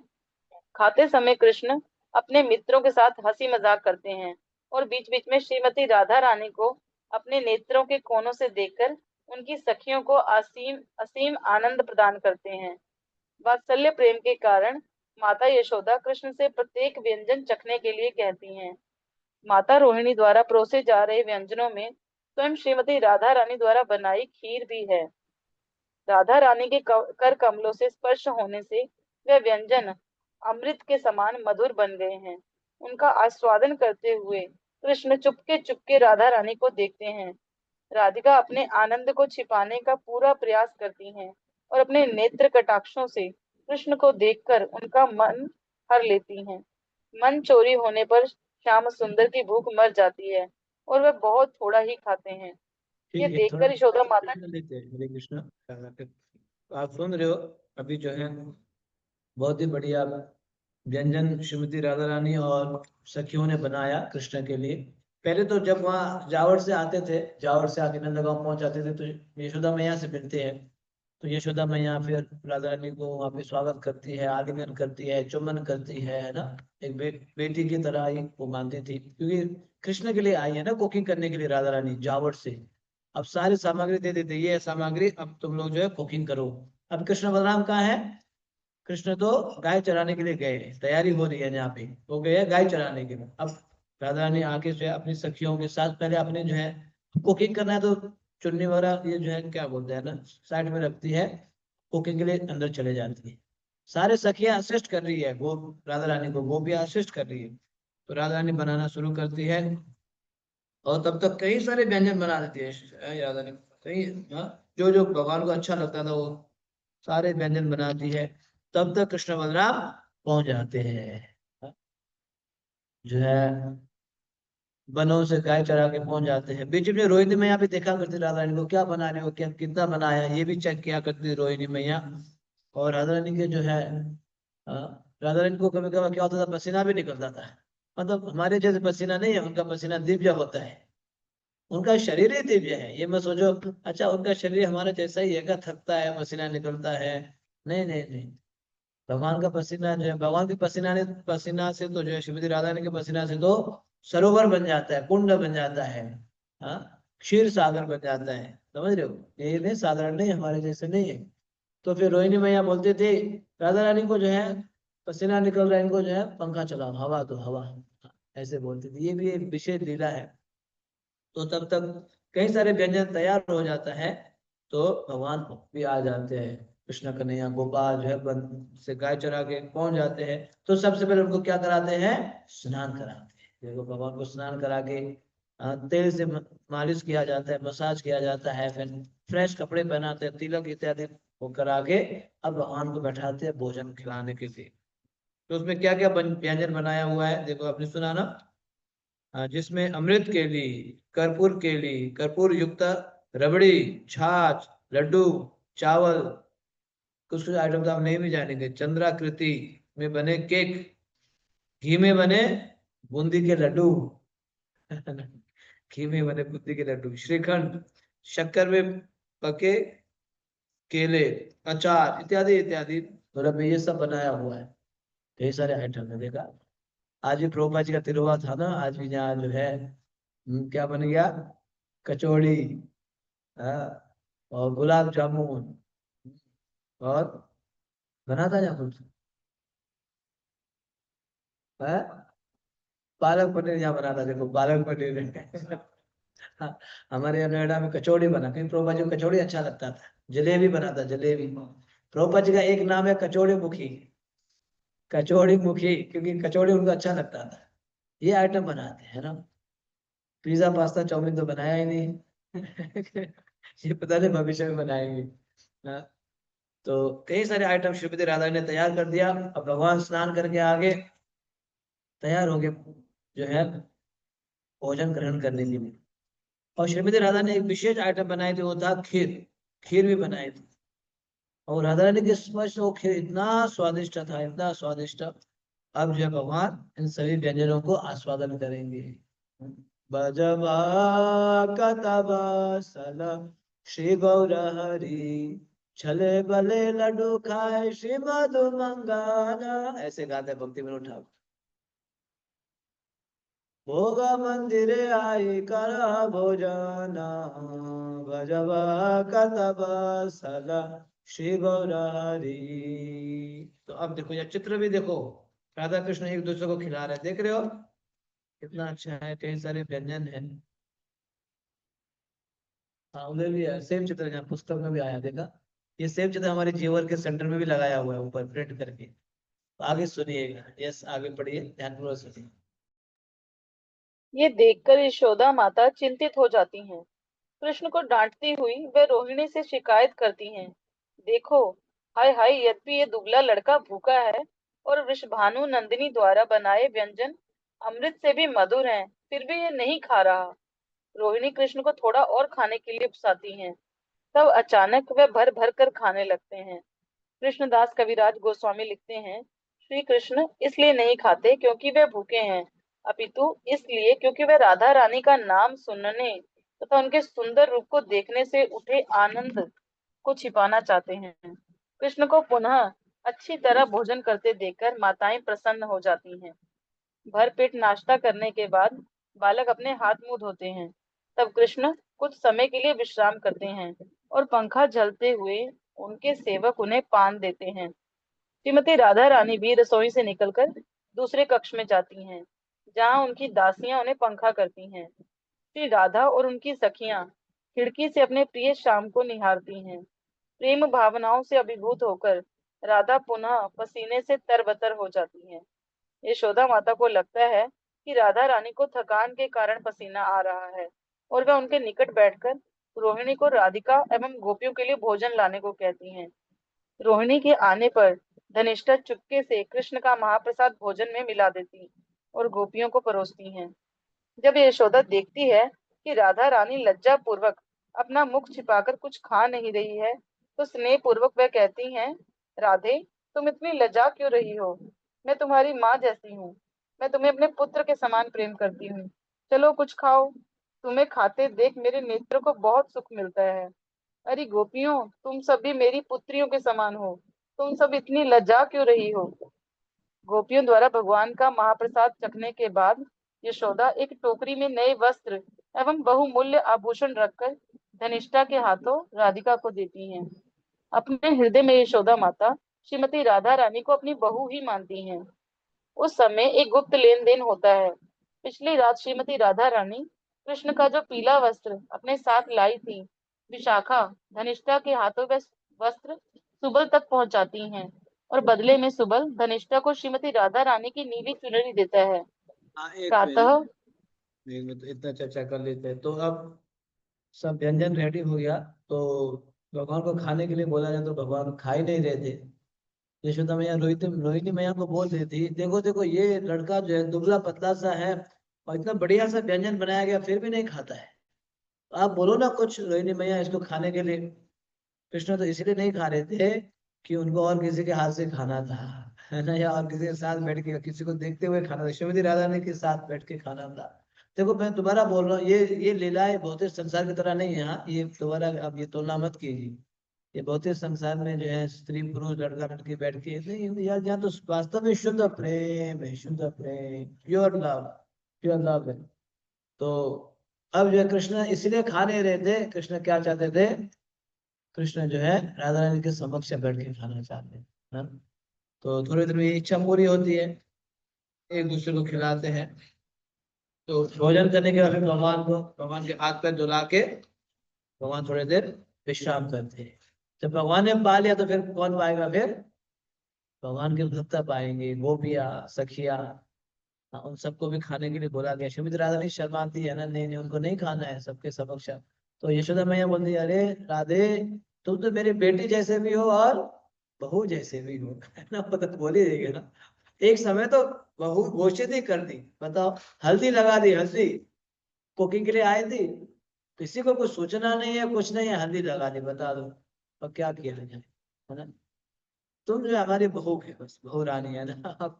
अब राधा जब गांव जा रही थी, बरसाना लौट रही है, जाओ बरसा, उस समय बरसाना में थी। तो अब क्या किया जाए, घर वाले क्या बोलेंगे कि हमारे मुझे सारे हल्दी है। तो उन्होंने रास्ते में धो दिया एक कुंड में, तो वो बन गया, वो कुंड बन गया पीली पीली पोखर। पोखर, हाँ, पीली पोखर बन गया। तो राधा यशोदा में तो मान के बैठी थी ये मेरी बहू है ना, यही मेरी बहू है, यही। हालांकि कोई अभी विवाह हुआ कुछ हुआ नहीं, फिर भी मानती यही बहू है, तो इसलिए तुम तो मेरी बेटी के समान भी हो, बहू के समान भी है, बैठो खाओ, क्यों सर, मैं तो तुम्हारी माँ हूँ, है ना। तो फिर यशोदा मैया उनको खिलाती थी, उपहार भी, गिफ्ट भी देती थी, कई सारे गिफ्ट लेन देन होता था, कि उन्होंने इतना सुंदर सेवा किया ना, कृष्ण की प्रसन्नता के लिए व्यंजन बनाया। तो ये सभी लीलाएं यहाँ पे चल रही है, आगे सुनिए। यस, थोड़ा सा आज का चैप्टर थोड़ा सा लंबा है, ज्यादा रीडिंग है, ठीक है, लेकिन अच्छा है, बहुत अच्छा है। ये लीला है ना, हमारे हृदय को शुद्ध करेगा, ये लीला है। ये हमारे आचार्यों ने, श्री रूप गोस्वामी ने कई सारे ग्रंथों से, उज्जवल निर्मणि, हाँ, विदग्ध माधव, ललित माधव के ग्रंथों से निकाला गया है। ये लीलाएं सुनने मात्र से हमारा हृदय पवित्र होगा। आपको अच्छा लग रहा है, नहीं लग रहा है? अच्छा, इसीलिए लग रहा है आपकी आत्मा प्रसन्न हो रही, लीलाएं सुन के आत्मा प्रसन्न हो रही। ययात्मा सुप्रसीदति, ऐसे बताया। थोड़ा और सुनिए, आज थोड़ा सा रीडिंग है, 10-15 मिनट और लगेगा, 10, ठीक है, आगे सुन पढ़िए। प्रातः 8:24 के आसपास कृष्ण नंदग्राम से वन की ओर चलते हैं और श्रीमती राधा रानी एवं गोपियां अपने घर लौट जाती हैं। कदाचित वह इसी पथ से होकर लौटती होंगी, परंतु इस बार उनका चित्त मिलन की आकांक्षा से नहीं, अपितु विरह की भावनाओं से भरा है। मैत्रीपूर्ण तेर कदम बाबा यहाँ आने वाले भक्तों का मनोरंजन करने से नहीं चूकते। तेर शब्द का अर्थ है पुकारना, बताकर वह उन लीलाओं का अभिनय करते हैं जिनके कारण इस स्थान को ये नाम प्राप्त हुआ। वे अपने सिर पर लाल ओढ़नी डाल लेते हैं और एक खिलौना बांसुरी बजाकर दिखाने का प्रयास करते हैं कि किस प्रकार कृष्ण गोपियों को पुकारने के लिए बांसुरी बजाया करते थे। उन्होंने बताया कि भूखा मधुमंगल यहीं खड़ा होकर कृष्ण बलराम को बालकों के साथ भोजन करने के लिए पुकारा करता था। तेर कदम की दिव्य रज श्रील रूप गोस्वामी के स्पर्श से और पावन हो गई। जाने से पूर्व हमने इस रज को अपने सिर एवं अंगों पर लगाकर हृदय से अपने आचार्यों के चरण चिन्हों का अनुगमन करने की प्रार्थना की। हम सब रूपानुग हैं और वह हमारे एकमात्र आश्रय हैं। श्रील रूप गोस्वामी पाद की जय। कुछ वर्ष पूर्व एक परिक्रमा के दौरान जावट जाते समय पंचवर्षीय विशंबर ने कीर्तन आरंभ कर दिया। वह हमारे परिक्रमा व्यवस्थापक भद्र प्रभु का पुत्र है। वह हाथ में मेगाफोन पकड़कर अत्यंत उत्साह पूर्वक कीर्तन कर रहा था। हरे कृष्ण कृष्ण कृष्ण हरे हरे, हरे राम राम राम हरे हरे। कीर्तन ऊंचाइयां छूने लगा। मैंने चारों ओर घूमकर देखा तो एक एक भक्त नृत्य कर रहा था। स्थानीय ब्रजवासी बच्चे अपने उम्र के बच्चे को कीर्तन में पूरे परिक्रमा दल की अगुवाई करते देख विस्मित उसे घूर कर देख रहे थे। खैर, अब विशंबर बड़ा हो गया है और उसकी कीर्तन पहले से भी कहीं अधिक बढ़े। तो अब जो है श्रीमती जावट। राधा रानी भगवान के लिए कुकिंग कर दिया, अब उनको प्रस्थान करना है। कहाँ से कहाँ प्रस्थान करना है? जावड़, जावड़ के लिए। अब मुझे, उनकी विवाह हो चुकी है, बरसाना से जावड़ में पहुंच चुकी है। तो जब उनको प्रस्थान करना होता था ना, तो दोनों बहुत ही दुखी होते थे, राधा और कृष्ण। फिर हमें ना, अब जो इतने देर तो साथ में थे ना, इतने देर साथ में थे तो बहुत अच्छा लगता था। कुछ भी बहाना कुछ हो सकता है, कुकिंग के लिए हो या कुछ भी हो, लेकिन अब दूर जाना है तो वो दोनों ही बहुत ही विरह में है ना। फिर हमें बहुत दुखी, एक दूसरे में दुखी, कृष्ण भी दुखी होते थे और राधा रानी भी बहुत दुखी होती थी, अब दूर जाना है ना। हालांकि नेक्स्ट डे तो आना ही है, कल सुबह, फिर भी उनको बहुत दूर, एक क्षण के लिए भी वो अलग रहना नहीं चाहती थी। यह राधा रानी का प्रेम कृष्ण के प्रति, अशुद्ध प्रेम, स्नेह, और सब कुछ सेक्रीफाइस करने के लिए तैयार थी, सब कुछ, सब कुछ, कोई बात नहीं, कृष्ण के लिए। तो इस प्रकार से ये लीला हुई। अब हमारी परिक्रमा 13 कदम से आगे बढ़ गया है। 13 कदम में रूप गोस्वामी निवास के तो और विशेष हो गया, तो वहां से हम लोग आगे बढ़ेंगे। ये देखो परिक्रमा में ये भद्रमु का बेटा है विश्वम्भर, अब बहुत बड़ा हो गया, बहुत बड़ा। तो बहुत प्राचीन, 25-30 साल पुराना ये तस्वीर है। यस, अब जावट का पढ़िए, जावट। जावट। जावट नंदीश्वर पर्वत की उत्तर पूर्वी दिशा में स्थित है। आबादी से भरा यह नगर रतन सदृश नगरों का शिरोमणि है और ये श्रीमती राधा रानी का ससुराल है। जिस स्थान पर कृष्ण एक सुंदर वट वृक्ष के नीचे अपनी प्रियतमा से मिलते, उसके साथ लीलाओं का आनंद लेते और उसके चरणों को लाल यव से जावट के विषय लाल यव से बस इतना ही है। उसके चरणों को लाल यव से जावट के विषय में इतना सुनने के बाद अंततः हम जावट पहुंच गए। अभिमन्यु से विवाह के पश्चात श्रीमती राधा रानी यहाँ अपनी ससुराल में रहीं। इसी गांव के नाम के उद्गम के विषय में विश्वनाथ चक्रवर्ती ठाकुर की उपरोक्त व्याख्या दर्शाती है कि किस प्रकार राधा कृष्ण के दिव्य स्वरूप एवं लीलाओं में श्रृंगार कला की सर्वोच्च अभिव्यक्ति है। कृष्ण सदैव यहाँ अपनी यहाँ प्रियतमा पे से अभी मिलने हम का लोग जो प्रयास है कर चावट में पहुंच गए। चावट श्रीमती राधा रानी का ससुराल है। तो आप सोचेंगे क्या कृष्णा श्रीमती राधा रानी कृष्ण से विवाह नहीं की? ये कौन है जो अभिमन्यु है? ऐसे सोच सकते हैं। अभिमन्यु कृष्ण का ही और एक विस्तार है।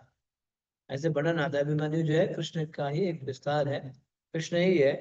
तो ये लीला चल रही है, लीला है ना। वहां पे विवाह करके उनको चावट भेज दिया गया था। उनके सास और ननन भी थे, जटिला कुटिला, वहीं से लीला चलती थी। ये इस इससे ना कृष्ण की लीला में और रस बढ़ जाता है। दूर होके छुप छुप के लीलाएं करना और रस बढ़ जाता है। तो जावट हमारे भक्त लोग परिक्रमा से जावट पहुंच गए, जावट गांव ब्रज में ये जावट है, वहां पे पहुंच गए।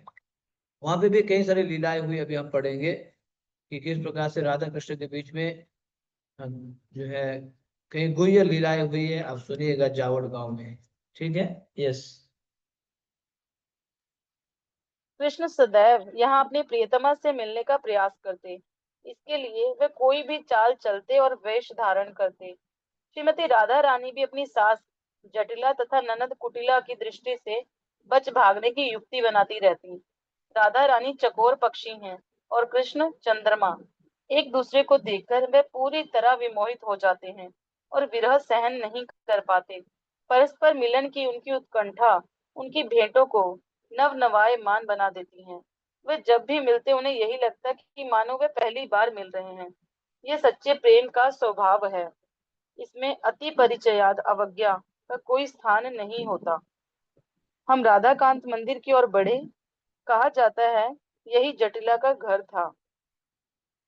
यहाँ हमने राधा कृष्ण के मधुर दर्शन लिए। दीन बंधु प्रभु श्रीमती राधा रानी के इन विग्रह को पूरे ब्रज में सबसे मधुर मानते हैं। प्रमुख मंदिर कक्ष की बाईं ओर अभिमन्यु जटिला एवं कुटिला के दर्शन किए जा सकते हैं और दाईं ओर काली कृष्ण के। कृष्ण ने क्यों ये रूप धारण किया, थोड़ी देर में मैं इसका वर्णन करूंगा। अभिमन्यु श्री कृष्ण की छाया एक का मिनट एक विस्तार है। मिनट एक मिनट एक मिनट। तो यहाँ पे बहुत ही सुंदर बात बताया गया है कि इस जावट में सदैव राधा कृष्ण जो है अपनी कृष्ण राधा प्रियतमा से मिलने का प्रयास करते हैं। भगवान श्री कृष्ण हमेशा प्रियतमा श्रीमती राधा रानी, क्योंकि अभी कृष्ण तो नंदगांव में है, राधा रानी जावट में है, तो उनकी प्रियतमा श्रीमती राधा रानी से मिलने के लिए प्रयास करते हैं। किस प्रकार से मैं व्यवस्था करूं मिलने के लिए। तो उसके लिए कई सारी चीजें करते हैं, कई सारे चाल चलाते हैं कृष्ण, या श्रीमती राधा रानी भी चलाती है। ये करना पड़ता था उन लोगों को, है ना। लेकिन ये ना तेरे मिलते भी थे, इधर उधर करके मिल जाते थे। और जब भी मिलते थे उनको ये लगता था कि वो फर्स्ट टाइम मिल रहे हैं। कभी ऐसे नहीं, ये नहीं रहता हम तो रोज मिलते हैं, ऐसे लगता नहीं था उनको। यही लगता था कि हाँ प्रथम बार हमारा जो है मिलन हो रहा है। कितना प्रेम करते होंगे ना, श्रीमती राधा ने कितना प्रेम करती है, कृष्ण कितना प्रेम करते, शुद्ध प्रेम सेवा के लिए ना। तो यही लगता था कि प्रथम बार मिल रहे हैं।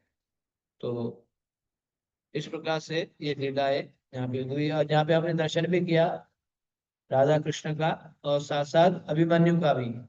अभी हम सुनेंगे अभिमन्यु कौन है, ठीक है, सुनिए तो। यस, अभिमन्यु। अभिमन्यु श्री कृष्ण की छाया का विस्तार है। यद्यपि वे श्रीमती राधा रानी के तथा कथित पति हैं, परंतु राधा रानी की छाया तक का स्पर्श कर पाना उनकी शक्ति से बाहर है। वस्तुतः केवल कृष्ण ही श्रीमती राधा रानी के पति हो सकते हैं। योग माया ने राधा रानी का तथा कथित विवाह अभिमन्यु के साथ इसलिए करवाया जिससे राधा कृष्ण परिकीय भाव का आस्वादन कर सकें।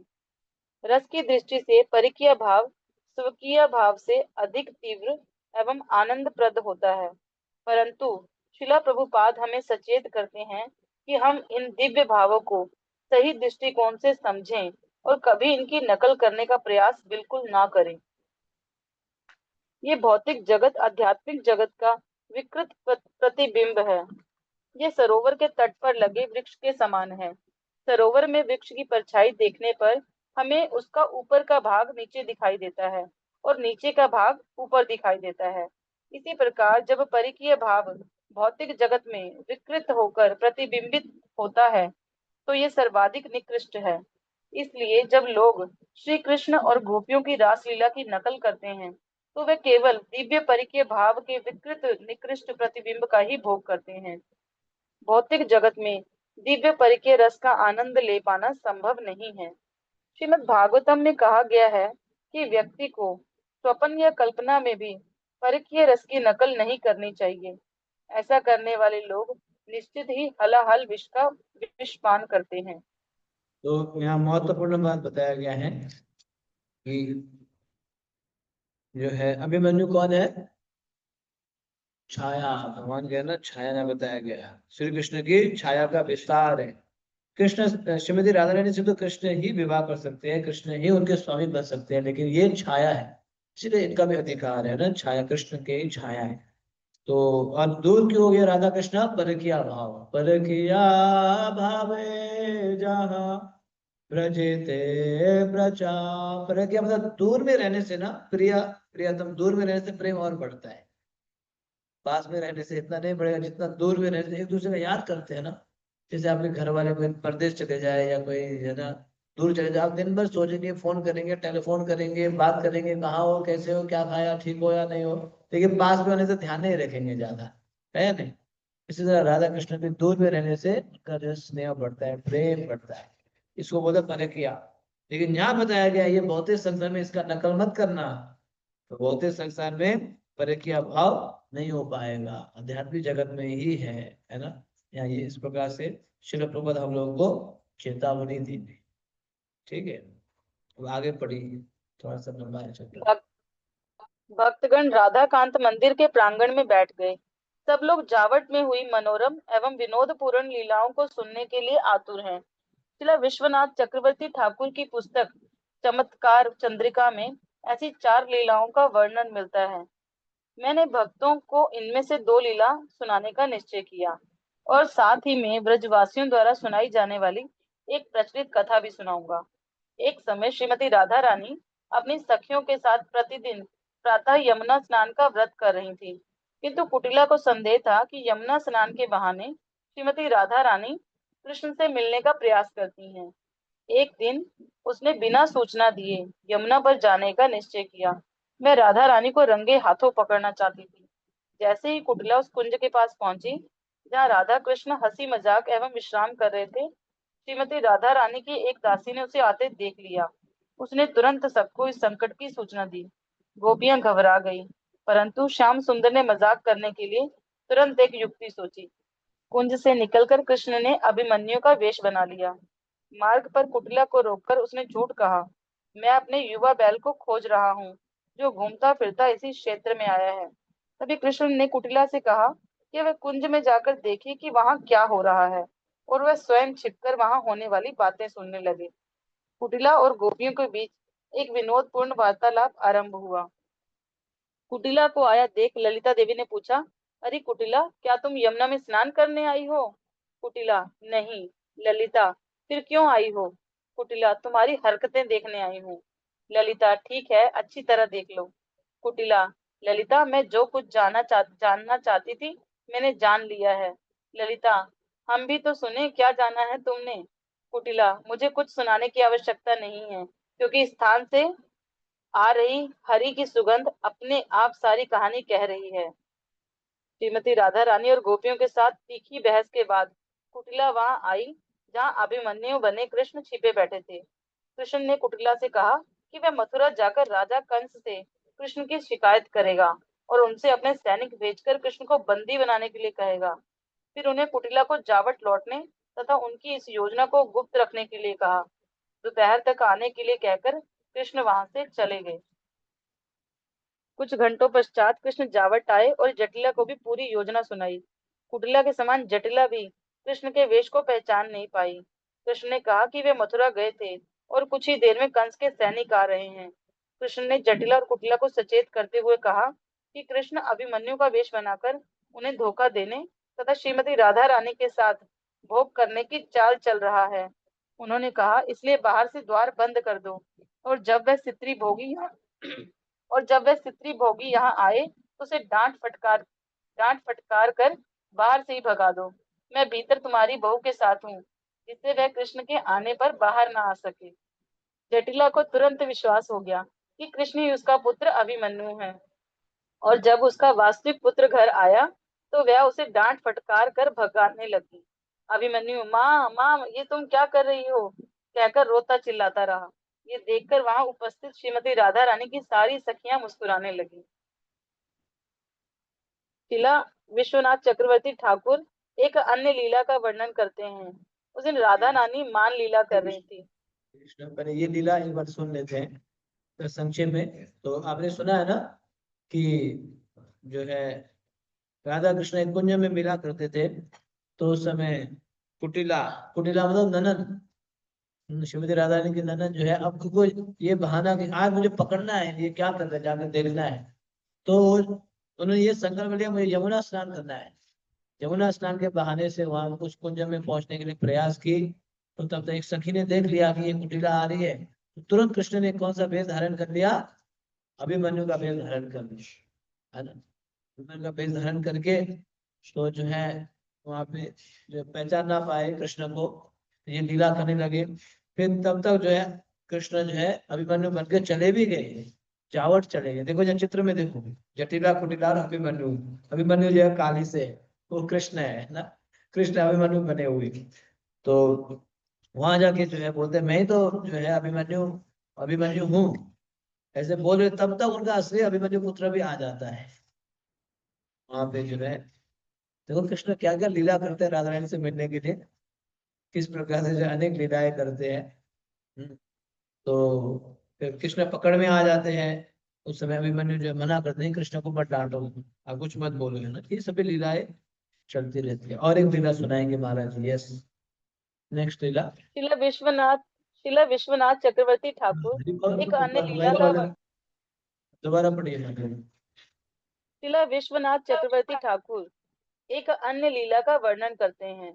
उस दिन राधा रानी मान लीला कर रही थी। उन्हें शांत करने के प्रयास में कृष्ण ने अपने चचेरे भाई की पत्नी कुंदलता की सहायता ली। कुंदलता ने कृष्ण को एक अत्यंत सुंदर युवती का वेश पहनाया, जिसका नाम था कलावली। संध्या समय कुंदलता कलावली के साथ जावट गई। कलावली के उत्कृष्ट सौंदर्य को देखकर राधा रानी आकर्षित तथा उसके विषय में जानने को अधिकाधिक उत्सुक हो गई। गोपियों की बैठक में कुंदलता ने कलावली का गुणगान करते हुए कहा कि वह अतुलनीय गायिका है, जिसने बृहस्पति से शिक्षा प्राप्त की है। कुंदलता ने आगे कहा, गंधर्व विद्या में दक्षता प्राप्त करके यह अभी अभी स्वर्ग से आई है। हे राधे, कलावली ने तुम्हारी महिमाएं सुनी हैं और इसलिए ये तुम्हारे सम्मुख अपनी प्रस्तुति देना चाहती हैं, जिससे तुम स्वयं इसकी कला देख सको। श्रीमती राधा रानी की अनुमति से कलावली इतना मधुर गाने लगी कि उसके सामने मोर और भंवरे भी लज्जित हो गए। जब राधा रानी की सारी प्रिय सखियों ने कलावली का गीत एवं उसकी अलंकृत वाणी सुनी, तो उनके नेत्रों से नदियों के समान अश्रु प्रवाहित होने लगे। इतना ही नहीं, उनके अश्रु बिंदु बड़े मोतियों के समान बनकर भूमि पर गिरने लगे। अब तक राधा रानी श्री कृष्ण से खींच कर बैठी थी, और उनका हृदय रूपी दैदीप्यमान हीरा, जो उनके मान के कारण अत्यंत कठोर हो चुका था, कलावली के गीत सुनकर कोमल एवं द्रवित होने लगा।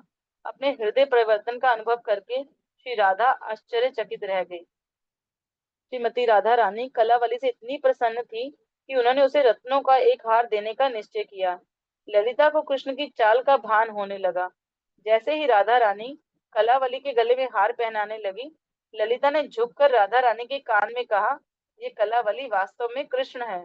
ये बदमाश स्त्री का वेश बनाकर यहाँ ठगने आया है। राधिका ने तुरंत अपने चतुर प्रेमी की चाल को परास्त करने की युक्ति सोची। वे बोली, कलावली, मुझे लगता है कि इतने सुंदर कार्य के लिए केवल कंठहार देना पर्याप्त नहीं है। राधा रानी ने रूप मंजरी को आज्ञा दी कि वे कलावली के वस्त्र उतारकर उन्हें नए बहुमूल्य वस्त्र पहनाए। अपनी युक्ति की पोल खुलते देख कुंदलता और कृष्ण घबरा गए और वैसा ना करने के लिए राधा रानी को मनाने लगे। श्रीमती राधा रानी ने कहा, हे सखी कलावली, नए वस्त्र पहनने में क्या कठिनाई है? बिना किसी शिकायत के नए वस्त्रों एवं आभूषणों को पहन लो। यदि तुम स्वयं ये कार्य नहीं करोगी तो हमें बलपूर्वक तुम्हें ये सब पहनाने पड़ेंगे। तुम अकेली हो और यहाँ मेरे साथ अनेक सखियां हैं। हमारे सामने तुम निसहाय हो और हमारी इच्छा का विरोध करने में अक्षम हो। अरे नादान लड़की, ये ध्यान में रखो। और कृष्ण पूरी तरह असहाय थे। जैसे ही गोपी ने उनकी चोली खोली, कदम के दो बड़े फूल भूमि पर नीचे गिर पड़े। तभी श्याम सुंदर एक लज्जालु युवती के समान खड़े रहकर दिखावा करते रहे और अपना मुख अपनी चुनरी से ढक लिया। तब श्री राधिका ने कृष्ण की ओर पीठ कर ली और अपने आसन पर बैठी हंसने लगी। श्री कृष्ण की हास्यास्पद स्थिति देखकर गोपियां भी उनकी ओर पीठ करके जोर जोर से हंसने लगी। श्री राधा पूरा प्रयास कर रही थी कि उनकी हंसी की आवाज ना हो, परंतु वह और अधिक ऊंची होती गई। तब श्री कृष्ण और कुंदलता भी उन्मत्त हो हंसने लगे। वहां उठी हास्य रस की लहरें ये और एक बहुत। लीला है, आप सुन रहे हो कि ये चमत्कार चंद्रिका से लिया गया है कि कुंदलता, हम्म, कलावती और कुंदलता के बीच में, कलावती जो है श्रीमती राधा रानी की प्रसन्नता के लिए गाती है। ये भी आपने सुना होगा। तो ये कुंदलता ये सब व्यवस्था करती है। ठीक है, तो थोड़ा अभी समय हो रहा है तो आप कंटिन्यू पढ़ेंगे क्योंकि अभी एक दो पेज और है। यस, आगे पढ़िए, ध्यान से सुनिएगा, सिलेबस खत्म होने वाले हैं। हाँ जी। वहां वहां उठी हास्य रस की लहरें बहुत देर तक हिचकोले खाती रहीं और तत्पश्चात ललिता ने तीखे वचन बोलकर कृष्ण को तुरंत वहां से चले जाने के लिए कहा। परंतु कृष्ण भी इतनी शीघ्र हार मानने वाले नहीं थे। उन्होंने चुपचाप से वह दो फूल उठाए और उन्हें अपनी छाती पर रख लिया। फिर अपनी चोली बांधकर वह जोर जोर से रोते हुए जटिला के पास पहुंचे और उसके पैरों पर गिरकर भूमि पर लौटने लगे। कृष्ण ने एक आश्चर्यजनक कहानी गढ़ी। उन्होंने कहा, वह श्रीमती राधा रानी की चचेरी बहन तथा बचपन की घनिष्ठ सहेली हैं। अनेक दिनों से ना मिलने के लिए मैं बड़ी आस लेकर राधा से मिलने यहाँ आई, परंतु मेरा दुर्भाग्य कि श्री राधिका मेरी उपेक्षा कर रही हैं। मुझसे बात करना तो दूर, वह मेरी ओर देख भी नहीं रही। कृष्ण एक युवती की आवाज निकालकर सुबकने की अच्छी नकल कर रहे थे। तब उनका नाटक और आगे बढ़ा। हाय हाय, अब मुझे जीवित रहने का कोई कारण दिखाई नहीं देखा। देखो किस प्रकार मैं अपनी आपकी आंखों के सामने अपना प्राण त्याग दूंगी। हे भद्रा, मैं आपसे याचना करती हूँ, कृपया राधा से पूछे कि वह क्यों अकारण मुझसे क्रोधित है। इस सुंदर युवती के शोकाग्रस्त मुख को देखकर तथा कातर वचन सुनकर जटिला का हृदय पिघल गया और उसने स्थिति को सुधारने का निश्चय किया। वह श्रीमती राधा रानी के कमरे की ओर चलने लगी। कृष्ण अपने मुख को दुखी बनाए रखने का प्रयास करते हुए उसके पीछे चल रहे थे। पहुंचकर जटिला ने अपनी बहू को फटकारा कि वह अपनी चचेरी बहन के साथ इतना कठोर व्यवहार क्यों कर रही है। उसने राधा रानी को आज्ञा दी कि उसके साथ तुरंत अच्छी तरह व्यवहार करे। तब जटिला ने दोनों के हाथ पकड़े और राधा कृष्ण दोनों को कसकर आलिंगन करवाया। ऐसे होते ही राधा कृष्ण प्रेम में अभिभूत होकर अश्रु बहाने लगे और सारी गोपियां आनंद के सागर में गोते लगाने लगी। कुछ क्षण रुककर मैंने भक्तों पर अपनी दृष्टि डाली। सब मुस्कुरा रहे हैं, कुछ जोर से हंस भी रहे हैं। मैंने पूछा, क्या आप और कथा सुनना चाहते हैं? उच्च स्वर में हरि बोल कहकर सबने अपनी सहमति जताई। एक दिन जावट में कृष्ण। कई सारे लीलाएं महाराज जी सुना रहे, एक के बाद एक लीलाएं आप सुन रहे हो ना, कि राधा कृष्ण के बीच में गोपियों के साथ कई सारे लीलाएं। अभी मैं लीला रिपीट नहीं करूंगा क्योंकि समय आगे बढ़ रहा है, तो इसलिए यहाँ भी और भी भक्त लोग बैठे हैं। बस ये समझो कि यहाँ पे जो है राधा कृष्ण के बीच में कई सुंदर लीलाएं हो रही, जटिला कुटिला, है ना, इन सब के भी ये सब दिव्य लीलाएं है ना, प्रेम दिव्य लीलाएं है। ठीक है, तो मैं आपको थोड़ी देर में कॉल करता हूँ, ठीक है। यस, आगे बढ़िए। एक दिन जावट में कृष्ण गुपचुप राधा रानी के कमरे में प्रवेश कर गए। एक दोनों मिनट, युगल प्रेमी। सुनाई नहीं दे रहा, माइक ठीक से लगाओ, बात दोबारा पढ़ो। एक दिन जावट में कृष्ण गुपचुप राधा रानी के कमरे में प्रवेश कर गए। दोनों युगल प्रेमी एक दूसरे के संग में आनंद मग्न हो गए, परंतु राधिका के कक्ष से आती आवाज को सुनकर जटिला और कुटिला को संदेह होने लगा और उन्होंने दरवाजा खटखटाया। राधा भयभीत हो गई कि अब उनकी पोल खुल जाएगी, परंतु हर बार की तरह कृष्ण ने योजना बनाई। उन्होंने काली माता का वेश बनाकर राधा से कहा, तुरंत उठो और धूप जलाकर घंटी बजाना आरंभ करो, दिखावा करो कि तुम मेरी काली पूजा कर रही हो। जटिला अपनी बहू को दरवाजा खोलने के लिए कहती हुई खटखटा रही थी। अंततः राधा रानी ने घंटी बजाते बजाते ही दरवाजा खोला। राधा रानी बोली, माता जी, आप मेरी पूजा में विघ्न डालने पर क्यों तुली हुई हैं? क्या आप अपने पुत्र का कल्याण नहीं चाहती? कृपया मुझे ये पूजा करने के लिए एकांत में छोड़ दो। जटिला और कुटिला तुरंत क्षमा मांगने लगी। राधे, हमने तेरी पूजा में विघ्न डाला, कोई बात नहीं, अपनी पूजा जारी रखो, कहकर वह तुरंत चली गई। तब कृष्ण अपने मूल रूप में आ गए और दोनों पूर्ववत अपनी लीलाओं का आनंद लेने लगे। कुछ समय पहले जिस काली कृष्ण विग्रह का हमने उल्लेख किया था, उसका स्रोत तो यही मजेदार कथा है। श्री कृष्ण की विस्मयकारी लीलाओं की जय हो। आइए जटिला और कुटिला के चरण कमलों की धूल में लौट जाएं, क्योंकि उनका एकमात्र कार्य राधा एवं कृष्ण के प्रेम को बढ़ाना था।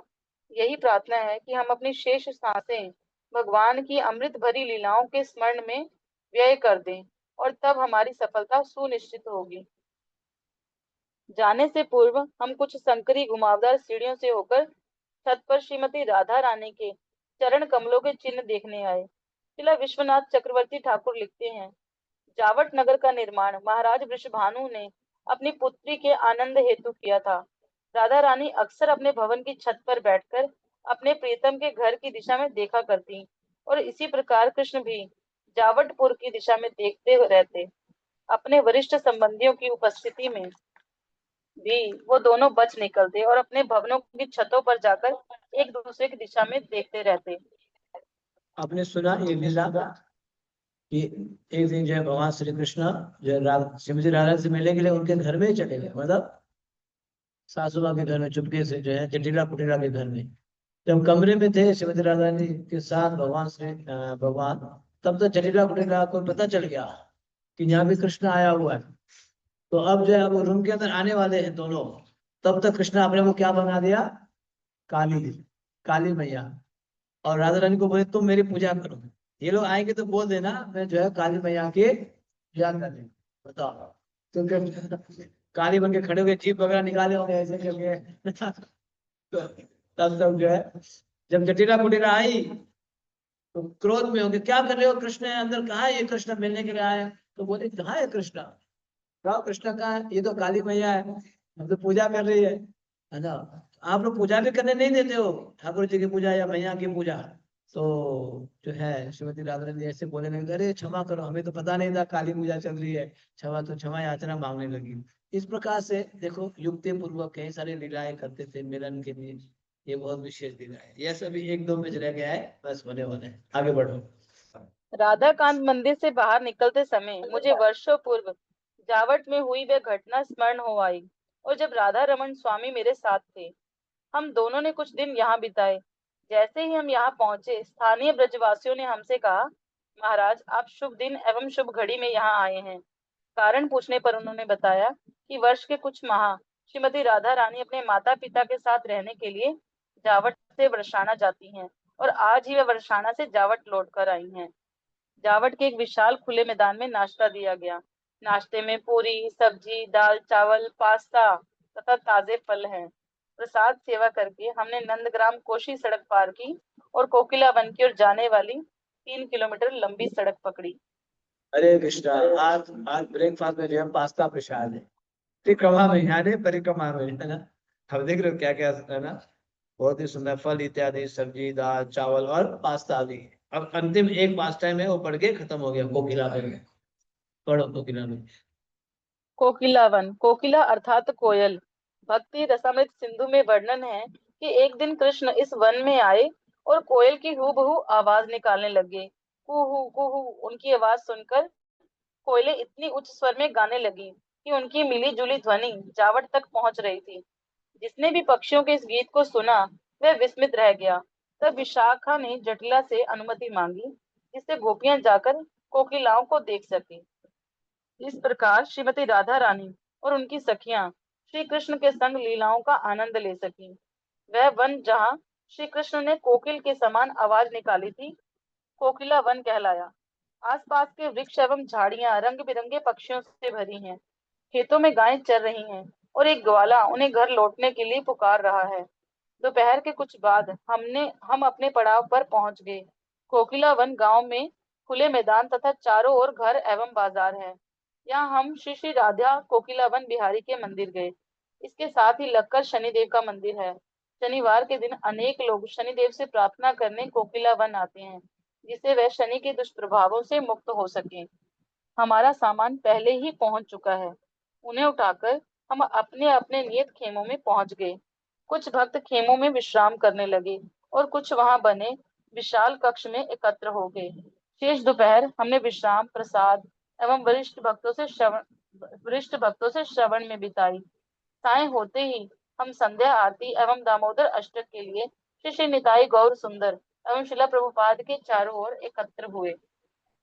इति दृक्ष्वादिगाभिरानन्दकुण्डे स्वगो स्वनिमान्यं तम् आख्यापयन्तम् तद्येशिताङ्गेषु भक्तेर्जितं त्वं पुनः प्रेमतस्तं शतावृत्ति वन्दे।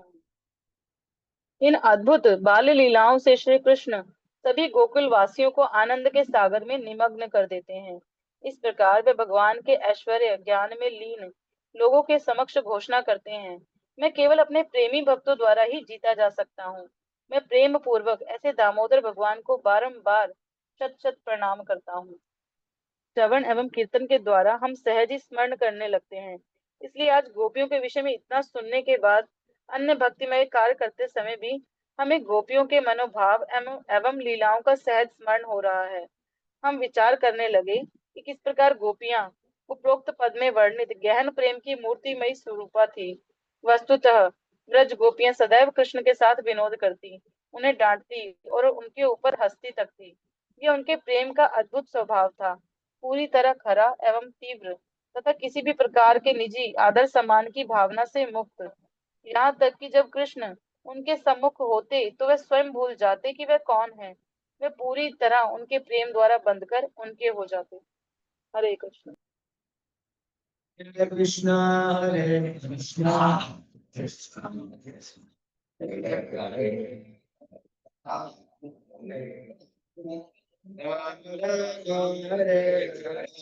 कोकिला वन में पहुंच गए। कोकिला मतलब कोयल। तो कृष्ण कोकिला वन में क्या करते हैं? कोयल का आवाज कैसे करते हैं? हाँ, कैसे करते हैं? यहाँ लिखा है ना, किसी को करना आता है कोयल का आवाज? ऐसे करता है। हाँ, तो वो आवाज आपको सीखना होगा। कृष्ण आवाज करके गोपियों को, राधा रानी को आकर्षित करते थे। तो ये लीला सुन के हम लोग आज कहाँ विश्राम करेंगे? कोकिला वन में। ये परिक्रमा 19वां दिन हो गया, ठीक है। कोकिला वन में हम विश्राम कर रहे हैं और फिर कल हम लोग कोकिला वन से शेषशायी जाएंगे। एक सूचना है, सुनिएगा, स्पेशली हमारे भक्ति वृक्ष के भक्तों के लिए। माधवेंद्र कृपा को बोलो, माधवेंद्र कृपा को हरि बोल। अनम्यूट करके बोलो ना माधवेंद्र को, अनम्यूट करो। हाँ,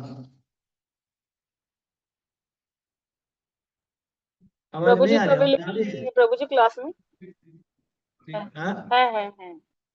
बोलो। आप सभी को सुनाई दे रहे हैं उनकी आवाज, माधवेंद्र प्रभु की आवाज? नहीं प्रभु जी, उनका माइक बंद है।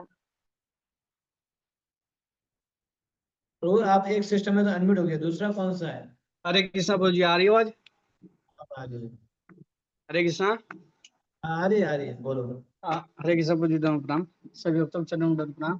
कल ना 2 बजे से 4 बजे तक हमारा नोएडा मंदिर में गेट टुगेदर है, तो सभी भक्त समय पे आए। और जन्माष्टमी में जिन भक्तों ने सेवा की थी उनके लिए एक बहुत ही सुंदर उपहार है, तो वो आके अपना कलेक्ट कर लें। हरे कृष्णा। प्रसाद 2 का से 4 का स्पेशल क्या है? हाँ, फीस्ट भी है। 4 बजे फीस्ट प्रसादम है, बहुत सी बढ़िया। तो आप सभी से प्रार्थना है, आप सभी टाइम से आ जाए ये और स्पेशली अपना हमारे गिफ्ट भी ले के जाए भक्तों के लिए है। जन्माष्टमी सेवा के। हमारे भक्ति वृक्ष में है, उन भक्तों के लिए है कि कल 2 से 4 हम लोग गेट टुगेदर करेंगे और स्पेशल फीस्ट हमारे विश्व चैतन्य प्रभु ने आप सभी के लिए फिश स्पॉन्सर किया है, और जो जन्माष्टमी में सेवा किए थे उनके लिए गिफ्ट भी है। ठीक है, तो 2 से 4 हम लोग गेट टुगेदर करेंगे। मैं यहाँ से जेवर से कल सुबह आ जाऊंगा, हम लोग मिलेंगे। हरे कृष्णा। श्रील प्रभुपाद की, ब्रजमंडल परिक्रमा की, कार्तिक मास की, गौर प्रेम